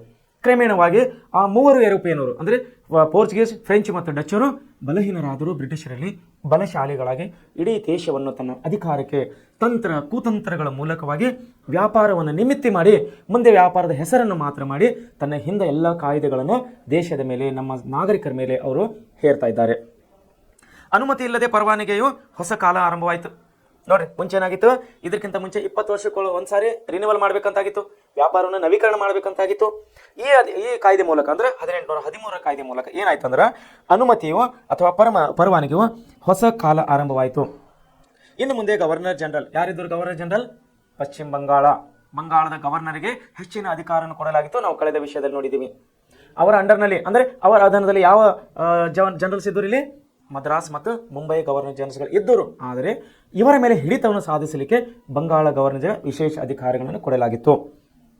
ಇನ್ನು ಮುಂದೆ ಗವರ್ನರ್ ಜನರಲ್ ಮತ್ತು ಸೇನೆಯ ಮಹಾಮುಖ್ಯಸ್ಥರನ್ನು ನಿರ್ದೇಶಕರ ಮಂಡಳಿಯು ನೇಮಿಸುವ ಅಧಿಕಾರವನ್ನು ಹೊಂದಿತ್ತು. ಕಮಾಂಡರ್ ಇನ್ ಚೀಫ್ ಒಂದು ಹೊಸ ಇಲ್ಲಿ ಮಂಡಳಿಯನ್ನು ರಚನೆ ಮಾಡ್ತಾ ಇದ್ದಾರೆ. ಯಾವ ಕಾಯ್ದೆ ಮೂಲಕ? 1813 ಚಾರ್ಟರ್ ಕಾಯ್ದೆ ಮೂಲಕ ಒಂದು ಹೊಸ ಮಂಡಳಿಯನ್ನು ಇವರು ರಚನೆ ಮಾಡ್ತಾ ಇದ್ದಾರೆ. ಆ ಮಂಡಳಿಯ ಹೆಸರು ಕಮಾಂಡರ್ ಇನ್ ಚೀಫ್ ಎಂಬಂತಹ ಒಂದು ಮಂಡಳಿಯ ಮೂಲಕವಾಗಿ ಅವರಿಗೇನು ಅಧಿಕಾರ ಕೊಡಲಾಗಿತ್ತು ಅಂದರೆ, ಸೇನೆಯ ಮುಖ್ಯಸ್ಥರು ಅಂದರೆ ಮಿಲಿಟರಿ ಕಮಾಂಡರ್ಸನ್ನು ನೇಮಕ ಮಾಡುವಂಥ ಅಧಿಕಾರವನ್ನು ಇಲ್ಲಿ ಅವರಿಗೆ ಕೊಡಲಾಗಿತ್ತು. ಮುಂದೆ ಬರುತ್ತಾ ಏನಾಗ್ತಾ ಇದೆ, ಚರ್ಚ್ಗಳಿಗೆ ನೋಡ್ರಿ ಇಲ್ಲಿ ವಿಶೇಷವಾದಂಥ ಇಲ್ಲಿ ಅಂಶಗಳನ್ನು ಈಗ ಇಲ್ಲಿ ಬರ್ತಾ ಇದೆ. ಇಲ್ಲಿವರೆಗೆ ಚರ್ಚ್ಗಳನ್ನಂಥ ಸಬ್ಜೆಕ್ಟ್ ಇಲ್ಲಿ ಬಂದೇ ಇಲ್ಲ. ಇವಾಗ ಹೊಸ ಒಂದು ವಿಷಯನ ಇಲ್ಲಿ ನಾವು ಕಾಣ್ತಾ ಇದ್ದೀವಿ. ಚರ್ಚ್ಗಳಿಗೆ ಭಾರತಕ್ಕೆ ಪ್ರವೇಶಿಸುವ ಅಧಿಕೃತ ಅವಕಾಶವನ್ನು ಇಲ್ಲಿ ನೀಡಲಾಯಿತು. ಭಾರತೀಯರಲ್ಲಿ ಭಾರತದಲ್ಲಿ ಹೊಸ ಜ್ಞಾನವನ್ನು ಪಸರಿಸುವ ಅವರ ನೈತಿಕ ಮತ್ತು ಧಾರ್ಮಿಕ ಬದುಕನ್ನು ಎತ್ತರಿಸುವ ಜವಾಬ್ದಾರಿಯನ್ನು ಮಿಷನರಿ ಸಂಸ್ಥೆಗಳು ವಹಿಸಿಕೊಳ್ಳಬೇಕು ಎಂಬ ನಿರ್ದೇಶವನ್ನು ಇಲ್ಲಿ ನೀಡಲಾಯಿತು. ಇದರಿಂದ ಹೆಚ್ಚಿನ ಪ್ರಮಾಣದಲ್ಲಿ ಕ್ರೈಸ್ತ ಮಿಷನರಿಗಳು ಭಾರತಕ್ಕೆ ಬರತೊಡಗಿದವು. ಕ್ರೈಸ್ತ ಧರ್ಮದ ಪ್ರಚಾರ ಮತ್ತು ಇಂಗ್ಲಿಷ್ ವಿದ್ಯಾಭ್ಯಾಸದ ವಿಸ್ತರಣೆ ಇಲ್ಲಿ ಹೆಚ್ಚಿಗಾಯಿತು. ಯಾವ ಒಂದು ಕಾಯ್ದೆ ಮೂಲಕ? ಚಾರ್ಟರ್ ಕಾಯ್ದೆ 1813 ಮೂಲಕ ಚರ್ಚ್ ಪಾದ್ರಿಗಳು, ಚರ್ಚ್ ಮಿಷನರಿಗಳು ಭಾರತವನ್ನು ಪ್ರವೇಶಿಸಲಿಕ್ಕೆ ಅವರಿಗೆ ಮುಕ್ತವಾದಂತಹ ಒಂದು ಪರ್ಮಿಷನ್, ಒಂದು ಅಧಿಕಾರವನ್ನು ಇಲ್ಲಿ ಈ ಕಾಯ್ದೆ ಮೂಲಕ ಕೊಡಲಾಯಿತು. ಪರಿಣಾಮವಾಗಿ ಹೆಚ್ಚೆಚ್ಚು ಮಿಷನರಿಗಳು ಅಂದರೆ ಬೇರೆ ದೇಶ, ಯುರೋಪಿಯನ್ ದೇಶದ ಮಿಷನರಿಗಳು, ಕ್ರೈಸ್ತ ಮಿಷನರಿಗಳು, ಕ್ರೈಸ್ತ ಧರ್ಮ ಪ್ರಸಾರಕರು ಭಾರತಕ್ಕೆ ಬರುವಂತಾಯಿತು. ಇಲ್ಲಿ ಬಂದು ಅವ್ರು ಏನೇನು ಮಾಡಬೇಕಾಗಿತ್ತು? ಇಲ್ಲಿ ನಮ್ಮ ಹೊಸ ಒಂದು ಜ್ಞಾನವನ್ನು ಕೊಡುವಂಥ ಅವರಿಗೆ ಜವಾಬ್ದಾರಿ ಕೊಡಲಾಗಿತ್ತು. ಅವರ ನೈತಿಕತೆ, ಧಾರ್ಮಿಕ ಬದುಕನ್ನು ಎತ್ತರಿಸುವ ಜವಾಬ್ದಾರಿಯನ್ನು ಈ ಮಿಷನರಿಗಳಿಗೆ ಕೊಡಲಾಗಿತ್ತು. ಈ ಮೇಲಿನ ಕಾರಣಗಳಿಂದ 1813 ಚಾರ್ಟರ್ ಕಾಯ್ದೆಯನ್ನು ಇಲ್ಲಿ ಚಾರಿತ್ರವಾಗಿತ್ತು ಅಂತೇಳಿ ನಾವಿಲ್ಲಿ ಹೇಳಲಿಕ್ಕೂ ಇಷ್ಟಪಡ್ತಾ ಇದ್ದೀವಿ. ಇಲ್ಲಿ ಹಲವು ಬದಲಾವಣೆಗಳನ್ನು ನಾವಿಲ್ಲಿ ಕಂಡಿದ್ದೀವಿ 1813 ಚಾರ್ಟರಿಕ ಕಾಯ್ದೆ ಮೂಲಕ. ಈಗ ನಾವು 1833 ಕಾಯ್ದೆ ಏನು ವಿಶೇಷತೆಯನ್ನು ಹೊಂದಿದೆ ಅನ್ನೋದ್ರ ಮೂಲಕವಾಗಿ ನಾವಿಲ್ಲಿ ನೋಡೋಣ. 1833 ಚಾರ್ಟರ್ ಕಾಯ್ದೆ. ಈ ಕಾಯ್ದೆಯು ಅನುಷ್ಠಾನಕ್ಕೆ ಬರುವ ಪೂರ್ವದಲ್ಲಿದ್ದ ಭಾರತದ ಒಟ್ಟು ವ್ಯವಸ್ಥೆಯನ್ನು ಮತ್ತಷ್ಟು ಸುಧಾರಿಸುವ ಉದ್ದೇಶವು ಈ ಕಾಯ್ದೆಯ ಅನುಷ್ಠಾನದ ಹಿನ್ನೆಲೆಯಾಗಿತ್ತು.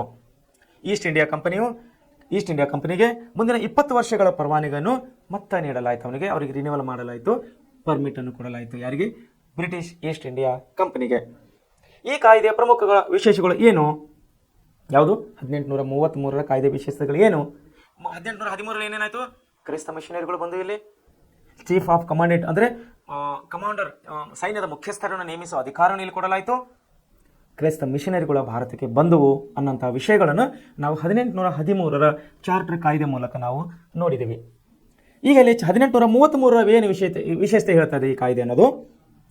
ಈ ಕಾಯ್ದೆಯು ಅನುಷ್ಠಾನಕ್ಕೆ ಬರುವ ಪೂರ್ವದಲ್ಲಿ ಭಾರತದ ಒಟ್ಟು ವ್ಯವಸ್ಥೆಯನ್ನು ಮತ್ತಷ್ಟು ಸುಧಾರಣೆ ಮಾಡಬೇಕು ಮತ್ತು ಈಸ್ಟ್ ಇಂಡಿಯಾ ಕಂಪನಿಗೆ ಇನ್ನೂ ಹೊಸದಾಗಿ 20 ವರ್ಷಗಳ ಅಧಿಕಾರವನ್ನು ಪರ್ಮಿಷನ್ ಅಂದರೆ ಅವರಿಗೆ ರಿನ್ಯೂವಲ್, ಅವರ ಲೈಸೆನ್ಸನ್ನು ರಿನ್ಯೂವಲ್ ಮಾಡುವಂಥದ್ದು ಇಲ್ಲಿ ಪರವಾನಗಿ ಅವರಿಗೆ ನೀಡಲಾಯಿತು.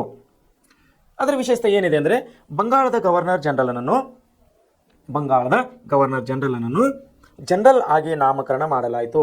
ಜನರಲ್ ಗವರ್ನರ್ ಇದ್ದವರು ಯಾರು?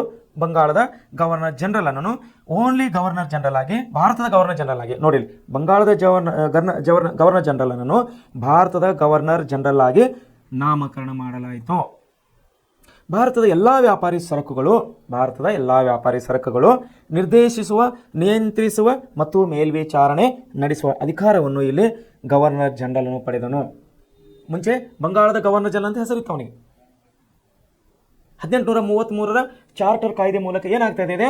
ಬಂಗಾಳದ ಗವರ್ನರ್ ಅನ್ನೋಂಥ ಹೆಸರನ್ನು ತೆಗೆದು ಭಾರತದ ಗವರ್ನರ್ ಜನರಲ್ ಅಂಥೇಳಿ ಅವನಿಗೆ ಅಧಿಕಾರವನ್ನು ಕೊಡಲಾಗ್ತಾ ಇದೆ. ಅವನ ಅಧಿಕಾರ ಏನು ವಿಸ್ತರಣೆ ಮಾಡಿದ್ರು? ಹೆಚ್ಚಾಗಿ ಏನು ಅಧಿಕಾರ ಕೊಟ್ಟರು ಅವನಿಗೆ? ಭಾರತದ ಎಲ್ಲ ವ್ಯಾಪಾರಿಗಳ ಮೇಲೆ, ಸರಕುಗಳನ್ನು ಅಂದರೆ ವಸ್ತುಗಳ ಮೇಲೆ ಇವರು ಏನು ಮಾಡಬೇಕಾಗಿತ್ತು? ಹೊಸ ಗೈಡೆನ್ಸ್ ಅಂದರೆ ನಿರ್ದೇಶಿಸುವ, ನಿಯಂತ್ರಿಸುವ ಮತ್ತು ಮೇಲ್ವಿಚಾರಣೆ ನಡೆಯುವಂಥ ಅಧಿಕಾರಗಳನ್ನು ಭಾರತದ ಗವರ್ನರ್ ಜನರಲ್ಗೆ ಇಲ್ಲಿ ನೀಡಲಾಗಿತ್ತು. ಮುಂಚೆ ಕೇವಲ ಬಂಗಾಳದ ಗವರ್ನರ್ ಜನರಲ್ ಆಗಿದ್ದ, 2 ಗವರ್ನರ್ ಜನರಲ್ಗಳ ಮಾತ್ರ ನಿರ್ದೇಶಿಸುತ್ತಿದ್ದ, ನಿಯಂತ್ರಿಸುತ್ತಿದ್ದ. ಯಾವುವು? ಒಂದು ಮದ್ರಾಸ್, ಎರಡನೇದಾಗಿ ಮುಂಬೈ. ಈಗೇನಾಗ್ತದೆ?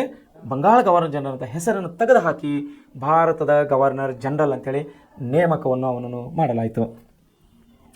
ದೇಶೀಯ ಸಂಸ್ಥಾನಗಳ ಜೊತೆಗೆ ಯುದ್ಧ, ಶಾಂತಿ ಮತ್ತು ರಾಜತಾಂತ್ರಿಕ ಸಂಬಂಧದ ಎಲ್ಲ ವಿಷಯಗಳನ್ನು ಬಂಗಾಳದ ಕೇಂದ್ರ ಸರ್ಕಾರವೇ ತೀರ್ಮಾನಿಸುವ ಹಕ್ಕನ್ನು ಹೊಂದಿತ್ತು.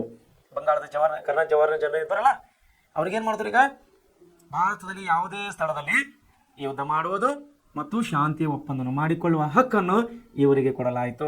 ಮುಂಚೆ ಯಾರಿಗಿತ್ತು? ಇವರಿಗಿದ್ದಿಲ್ಲ. ಬ್ರಿಟಿಷ್ ಅಧಿಕಾರಿ ಅಂದರೆ ಬ್ರಿಟಿಷ್ ಸರ್ಕಾರ ಇಂಗ್ಲೆಂಡಿನಲ್ಲಿ ಮಾತ್ರ ಆ ಅಧಿಕಾರವನ್ನು ತೆಗೆದುಕೊಂಡು ಬಂಗಾಳ ಗವರ್ನರ್ಗೆ ನಿರ್ದೇಶನ ಅಷ್ಟೇ ಕೊಡ್ತಾ ಇದ್ದವರು. ಆ ನಿರ್ದೇಶನ ಯಾರು ಪಾಲಿಸಬೇಕಾಗಿತ್ತು? ಮದ್ರಾಸ್ ಮತ್ತು ಮುಂಬೈ ಗವರ್ನರ್ ಜನರಲ್ ಪಾಲಿಸಬೇಕಾಗಿತ್ತು. ಇಲ್ಲೇನು ಬದಲಾವಣೆ ತಂದರು? 1833 ಚಾರ್ಟರ್ ಕಾಯ್ದೆ ಪ್ರಕಾರ ಇವರು ಏನು ಜಾರಿಗೆ ತಂದರು?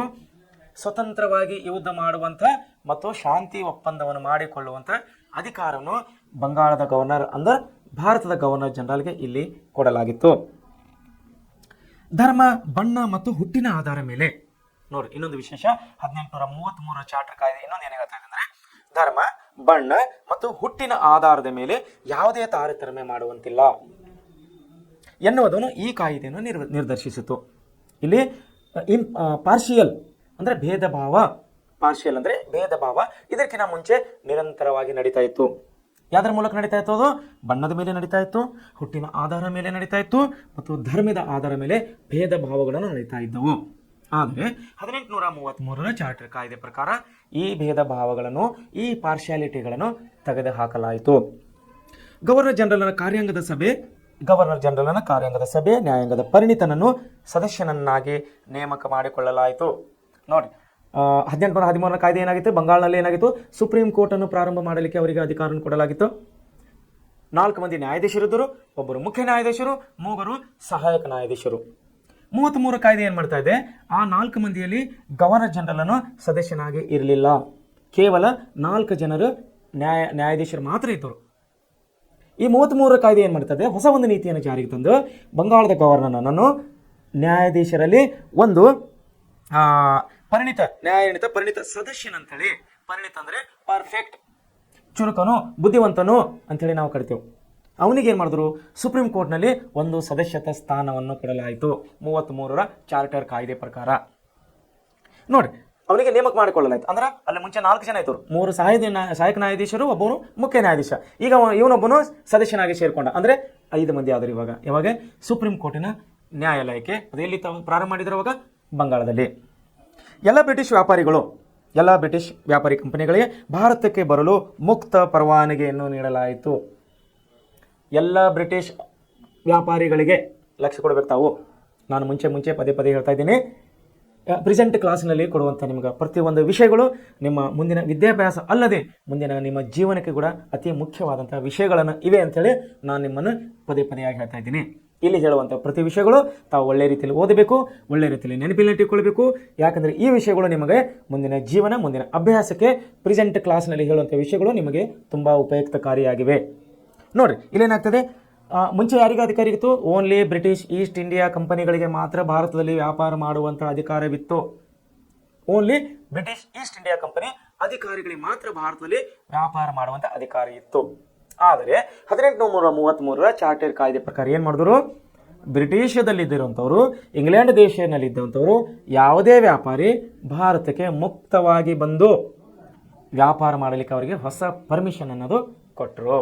ಅಂದರೆ ಒಬ್ಬೊಬ್ಬರಾಗಿ ನೀವು ಎಲ್ಲರೂ ಹೋಗ್ರಪ್ಪ, ಇಡೀ ಭಾರತ ದೇಶ ತುಂಬ ವ್ಯಾಪಾರನ ಮಾಡಿರಿ, ನೀವು ಸಿಕ್ಕಾಪಟ್ಟೆ ಹಣವನ್ನು ಗಳಿಸಿರಿ ಎಂಬಂತ ಇಂಡೈರೆಕ್ಟ್ ಅಂದರೆ ಪರೋಕ್ಷವಾಗಿ ಇಂಗ್ಲೆಂಡಿನ ವ್ಯಾಪಾರಿಗಳಿಗೆ ಇಲ್ಲಿ ಹೊಸ ಪರ್ಮಿಷನ್ ಅನ್ನು ಕೊಡಲಾಗ್ತಾ ಇದೆ. ಎಲ್ಲ ಬ್ರಿಟಿಷ್ ವ್ಯಾಪಾರಿ ನೋಡಿ ಇಲ್ಲಿ ಯಾವ ರೀತಿ ಕೊಟ್ಟಿದ್ದಾರೆ. ಎಲ್ಲ ಬ್ರಿಟಿಷ್ ವ್ಯಾಪಾರಿ ಕಂಪನಿಗಳಿಗೆ ಭಾರತಕ್ಕೆ ಬರಲು ಮುಕ್ತವಾದಂಥ ವ್ಯಾಪಾರ ಪರವಾನಗಿಯನ್ನು ನೀಡಲಾಯಿತು. ಈ ಕಾಯ್ದೆಯು 1830ರ ದಶಕದ ಬಳಿಕ ಆಂತರಿಕ ಮತ್ತು ಇಂಗ್ಲೆಂಡಿನಲ್ಲಿದ್ದಂಥ ವಿವಿಧ ರಾಜಕೀಯ ವಿದ್ಯಮಾನಗಳ ಮೇಲೆ ಬೆಳಕು ಚೆಲ್ಲುತ್ತದೆ. ಯಾವುದು? 1830ರ ಕಾಯ್ದೆ ಮತ್ತು 33ರ ಕಾಯ್ದೆ. 1830ರ ಕಾಯ್ದೆ ಮತ್ತು 1833ರ ಕಾಯ್ದೆ ಏನು ಮಾಡ್ತದೆ? ಭಾರತದ ಆಂತರಿಕ ಮತ್ತು ಇಂಗ್ಲೆಂಡಿನಲ್ಲಿದ್ದಂಥ ವಿವಿಧ ರಾಜಕೀಯ ವಿದ್ಯಮಾನಗಳೇ, ಪೊಲಿಟಿಕಲ್ಸ್ ಮ್ಯಾಟರ್ಸ್ ಅಂತೀವಿ ನಾವು ಇಂಗ್ಲೀಷ್ನಲ್ಲಿ.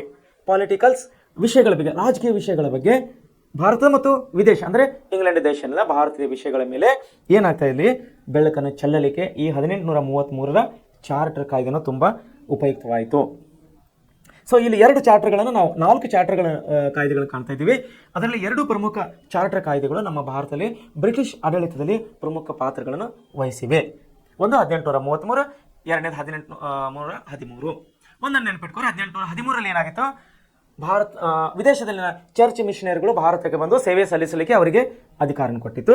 1833 ಏನು ಅಧಿಕಾರ ಮಾಡ್ತಿಲ್ಲ ಅಂದರೆ ವಿದೇಶದಲ್ಲಿ ಅಂದರೆ ಬ್ರಿಟಿಷ್ ಈಸ್ಟ್ ಇಂಡಿಯಾ ಕಂಪನಿ ಅಲ್ಲದೆ ಬೇರೆ ಕಂಪನಿಗಳು ಭಾರತದಲ್ಲಿ ಬಂದು ಅವರು ವ್ಯಾಪಾರನ ಮಾಡಬಹುದು ಅನ್ನುವಂಥ ಒಂದು ಪರ್ಮಿಷನ್ ಅನ್ನೋದು 1833 ಚಾರ್ಟರ್ ಕಾಯ್ದೆಗಳಲ್ಲಿ ಇಲ್ಲಿ ಕೊಡಲಾಗಿತ್ತು. ಸೊ ಈಗ ನಾವಿಲ್ಲಿ ಇನ್ನೊಂದು ಈ 4 ವಿಶೇಷಗಳನ್ನ ನಾವು ನೋಡಿದ್ದೇವೆ. ಒಂದು 1773 ರೆಗ್ಯುಲೇಟಿಂಗ್ ಕಾಯ್ದೆ, 1784ರ ಪೀಟ್ಸ್ ಇಂಡಿಯಾ ಕಾಯ್ದೆ ಮತ್ತು ಚಾರ್ಟರ್ ಕಾಯ್ದೆಗಳು. ಇಲ್ಲಿ ಇನ್ನೊಂದು ಕಾಯ್ದೆ ಬರ್ತಾ ಇದೆ.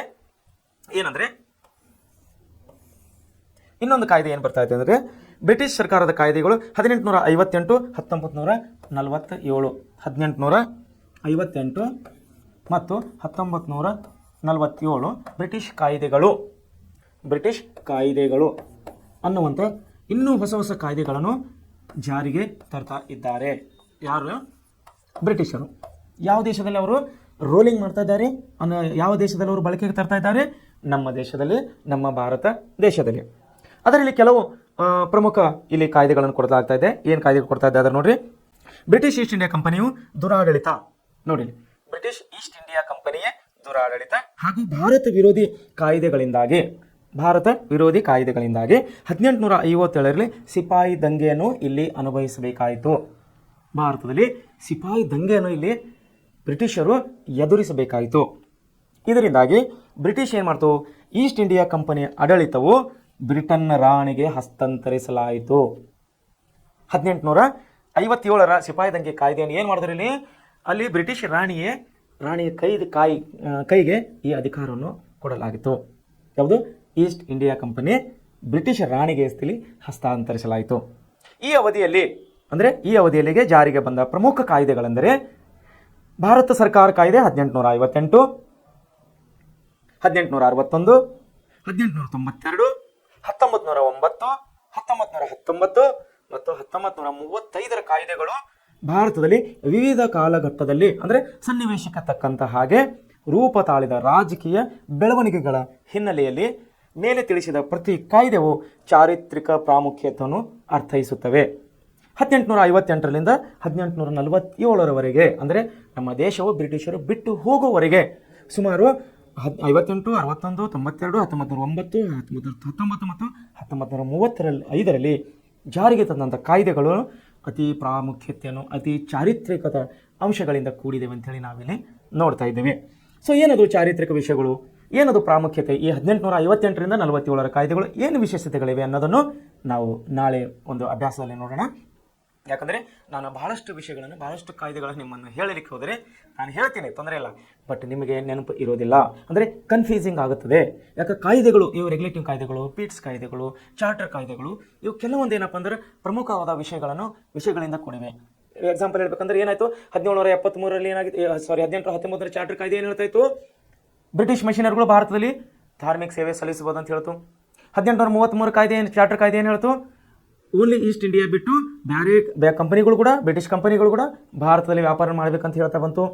ಸೊ ಒಂದೊಂದು ಕಾಯ್ದೆಗಳು ಒಂದೊಂದು ವಿಶೇಷತೆಯನ್ನು ಕೂಡಿವೆ. ಅಂದರೆ ಬ್ರಿಟಿಷರು ಧಾರ್ಮಿಕ ಸೇವಕರು ಅಂದರೆ ಕ್ರೈಸ್ತ ಮಿಷನರಿಗಳು ಭಾರತಕ್ಕೆ ಬಂದಿದ್ದ ಫಲವಾಗಿ ಇವತ್ತು ನಾವು ಭಾರತದಲ್ಲಿ ಕ್ರಿಶ್ಚಿಯಾನಿಟಿ ಅಂದರೆ ಕ್ರಿಸ್ತತ್ವವನ್ನು ನಾವು ಕಾಣ್ತಾ ಇದ್ದೇವೆ, ಚರ್ಚ್ಗಳನ್ನು ನೋಡ್ತಾ ಇದ್ದೇವೆ.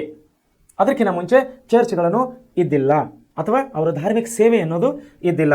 ಒಂದು ವೇಳೆ ಅವರು ಚರ್ಚ್ಗಳು ಕಟ್ಟಿಕೊಂಡಿದ್ದಾದರೂ ಕೂಡ ಯಾರು ಬ್ರಿಟಿಷರಾಗಲಿ, ಪೋರ್ಚುಗೀಸರಾಗಲಿ, ಡಚ್ಚರು, ಫ್ರೆಂಚರು ಅವರ ಧಾರ್ಮಿಕ ಗುಡಿಗಳನ್ನು ಕಟ್ಟಿಕೊಂಡಿದ್ದಾದರೂ ಕೂಡ ಅವರ ಪ್ರಾರ್ಥನೆಗೆ ಮಾತ್ರ ಅದು ಸೀಮಿತವಾಗಿತ್ತು. ಯಾವಾಗ 1813ರ ಚಾರ್ಟರ್ ಕಾಯ್ದೆ ಪ್ರಕಾರ ಮಿಷನರಿಗಳು ಅಂದರೆ ಸೇವಕರು, ಧಾರ್ಮಿಕ ಸೇವಕರೇನು ಭಾರತಕ್ಕೆ ಬಂದರು, ಇಲ್ಲಿ ಕ್ರೈಸ್ತ ಧರ್ಮವನ್ನು ಸ್ಪ್ರೆಡ್ ಆಗ್ತಾ ಬಂತು, ಬೆಳೀತಾ ಬಂತು. ಅದು ಯಾವ ರೀತಿ ಅನ್ನೋದು ನಾವು ಮುಂದಿನ ಪಾಠದಲ್ಲಿ ನೋಡೋಣ. 1833 ಕಾಯ್ದೆ ಏನು ಮಾಡ್ತು, ಅದಕ್ಕಿಂತ ಮುಂಚೆ ಕೇವಲ ಭಾರತದಲ್ಲಿ ಈಸ್ಟ್ ಇಂಡಿಯಾ ಕಂಪನಿ ಮಾತ್ರ ಅಧಿಕಾರ ಇತ್ತು. ಆದರೆ 33 ಕಾಯ್ದೆ ಪ್ರಕಾರ ಏನು ಬದಲಾವಣೆ ತಂದರು ಇವರು, ಬ್ರಿಟಿಷ್ ದೇಶದ ಯಾವುದೇ ಕಂಪನಿಯು ಭಾರತದಲ್ಲಿ ಹೋಗಿ ವ್ಯಾಪಾರ ವಹಿವಾಟನ್ನು ಮಾಡಬಹುದು ಅನ್ನೋಂಥ ಕಾಯ್ದೆಯನ್ನು 33ರಲ್ಲಿ ಜಾರಿಗೆ ತಂದರು. ಸೊ ಹೀಗೆ ನಾವು ಹೇಳೋ ಉದ್ದೇಶ ಒಂದೊಂದು ಕಾಯ್ದೆಗಳು ಒಂದೊಂದು ವಿಶೇಷತೆಯನ್ನು ಕೂಡಿವೆ. 1813ರಲ್ಲಿ ಕ್ರೈಸ್ತ ಮಿಷನರಿಗೆ ಅವಾಗ ಪರ್ಮಿಷನ್ ಕೊಟ್ಟಿಲ್ಲ ಅಂದ್ರೆ ನಮ್ಮ ದೇಶದಲ್ಲಿ ಬಹುಶಃ ಕ್ರಿಶ್ಚಿಯಾನಿಟಿ ಬೆಳೀತಾ ಇದ್ದಿಲ್ಲ ಏನು ಅಂತೇಳಿ ನಾನು ಅನ್ಕೋತೀನಿ. ಅಫ್ಕೋರ್ಸ್, ಯಾಕಂದ್ರೆ ಅವರ ಪ್ರಚಾರಕರು ಇಲ್ಲಿ ಬಂದರು. ಸೊ ಈ ರೀತಿ ನಾವು ಹಲವು ಬದಲಾವಣೆಗಳನ್ನು ಒಂದೊಂದು ಕಾಯ್ದೆಯಿಂದ ಒಂದೊಂದು ಚಾರಿತ್ರಿಕ ವಿಷಯಗಳನ್ನು ನಾವು ನೋಡೋರಾಗಿದ್ದೇವೆ. ಸೊ ಇಲ್ಲಿವರೆಗೆ ಅವರ ಆಧುನಿಕ ಶಿಕ್ಷಣ ಪದ್ಧತಿಯ ಜೊತೆಗೆ ಕೆಲವು ಕಾನೂನುಗಳನ್ನು ಕೂಡ ಜಾರಿಗೆ ತಂದರು. ವಿಶೇಷವಾಗಿ 1773ರ ರೆಗ್ಯುಲೇಟಿಂಗ್ ಕಾಯ್ದೆ, 1784ರ ಪೀಟ್ಸ್ ಇಂಡಿಯಾ ಕಾಯ್ದೆ ಮತ್ತು ಚಾರ್ಟರ್ಸ್ ಕಾಯ್ದೆಗಳು. ಅದರಲ್ಲಿ 4, ಒಂದು 1793, 1813, 1833 ಮತ್ತು 1853 ಚಾರ್ಟರ್ ಕಾಯ್ದೆಗಳು. ಈ 4, ಇವೆರಡು, ಈ 6 ಕಾಯ್ದೆಗಳು ಮತ್ತು ಶಿಕ್ಷಣ ಪದ್ಧತಿಯಲ್ಲಿ ಆದಂತಹ ಬದಲಾವಣೆಯಿಂದ ಇಲ್ಲಿ ಬ್ರಿಟಿಷ್ ಅಧಿಕಾರವನ್ನು ವ್ಯಾಪಕವಾಗಿ ಇಲ್ಲಿ ಅವರ ಅಧಿಕಾರವನ್ನು ದೇಶದಲ್ಲಿ ಬೆಳೀತಾ ಬಂತು. ಅದನ್ನು ಮುಂದೆ ಅಂದರೆ ನಾಳೆ ವಿಷಯದಲ್ಲಿ ನಾವು 1858ರಿಂದ 47ವರೆಗೆ ಅಂದರೆ ನಮ್ಮ ದೇಶವನ್ನು ಬಿಟ್ಟು ಹೋಗುವವರೆಗೆ ಅವರು ಯಾವ್ಯಾವ ರೀತಿ ಕಾಯ್ದೆಗಳನ್ನು ಜಾರಿಗೆ ತಂದರು, ಅವರೇ ಅನುಕೂಲವಾಗುವಂತಹ ವಿಷಯಗಳನ್ನು ಅನ್ನೋದು ನಾವು ನಾಳೆ ಕ್ಲಾಸ್ನಲ್ಲಿ ನೋಡೋಣ. ಸೊ ವಿಶೇಷವಾಗಿ ಇನ್ನೊಂದು ವಿಷಯ ಹೇಳ್ತಾ ಇದ್ದೇನೆ, ಪ್ರತಿಯೊಂದು ವಿಷಯಗಳು ಈ ನಮ್ಮ ಪ್ರೆಸೆಂಟ್ ಕ್ಲಾಸ್ನಲ್ಲಿ ಅಂತ ಹೇಳುವ ಪ್ರತಿಯೊಂದು ವಿಷಯಗಳು ತುಂಬ ಮುಖ್ಯವಾಗಿವೆ. ತಾವು ಒಳ್ಳೆ ರೀತಿಯಲ್ಲಿ ಓದ್ಕೋಬೇಕು, ಒಳ್ಳೆ ರೀತಿಯಲ್ಲಿ ನೆನಪಿಟ್ಟುಕೊಳ್ಬೇಕು. ಯಾಕಂದರೆ ಪ್ರೆಸೆಂಟ್ ಕ್ಲಾಸ್ನಲ್ಲಿ ಹೇಳುವಂಥ ವಿಷಯಗಳು ನಿಮ್ಮ ಮುಂದಿನ ವಿದ್ಯಾಭ್ಯಾಸ ಮತ್ತು ಮುಂದಿನ ಜೀವನಕ್ಕೆ ತುಂಬ ಉಪಯೋಗಕಾರಿಯಾಗಿವೆ ಅಂತೇಳಿ ನಾನು ಇನ್ನೊಂದು ಸಾರಿ ನಿಮಗೆ ನೆನಪಿನಲ್ಲಿ ಇಡಲಿಕ್ಕೆ ನಾನು ಇನ್ನೊಂದು ಸಾರಿ ನಿಮ್ಮನ್ನು ನೆನಪಿಸ್ತಾ ಇದ್ದೀನಿ. ಸೊ ವಿದ್ಯಾರ್ಥಿಗಳು ತಾವೆಲ್ಲರೂ ಈ ಪಾಠವನ್ನು ಕೇಳಿದ ನಂತರ ನಿಮಗೆ ಯಾವುದೇ ರೀತಿಯ ಕೆಲವೊಂದು ನೆನಪಾಗಿಲ್ಲ, ಕೆಲವೊಂದು ಯಾವುದೇ ರೀತಿಯ ನಿಮಗೆ ಸಂಶಯಗಳಿದ್ದರೆ ಪ್ರಶ್ನೆಗಳಿದ್ದರೆ ತಾವು ಕಾಮೆಂಟ್ ಮಾಡಿ ನಮ್ಮ ಸಂಸ್ಥೆ ಮುಖ್ಯಸ್ಥರು ಮತ್ತು ನಾವುಗಳು ಕೂಡಿ ನಿಮ್ಮ ಪ್ರಶ್ನೆಗಳನ್ನು ಬಗೆಹರಿಸ್ತೇವೆ ಅಂತೇಳಿ ಈ ಮೂಲಕ ತಿಳಿಸ್ತಾ ಇದ್ದೀನಿ. So once again good evening. ಇಲ್ಲಿಗೆ ನನ್ನ ಪಾಠವನ್ನು ಮುಗಿಸ್ತಾ ಇದ್ದೇನೆ. ಉಳಿದ ವಿಷಯನ ನಾಳೆ ಪಾಠದಲ್ಲಿ ನೋಡೋಣ. Thank you.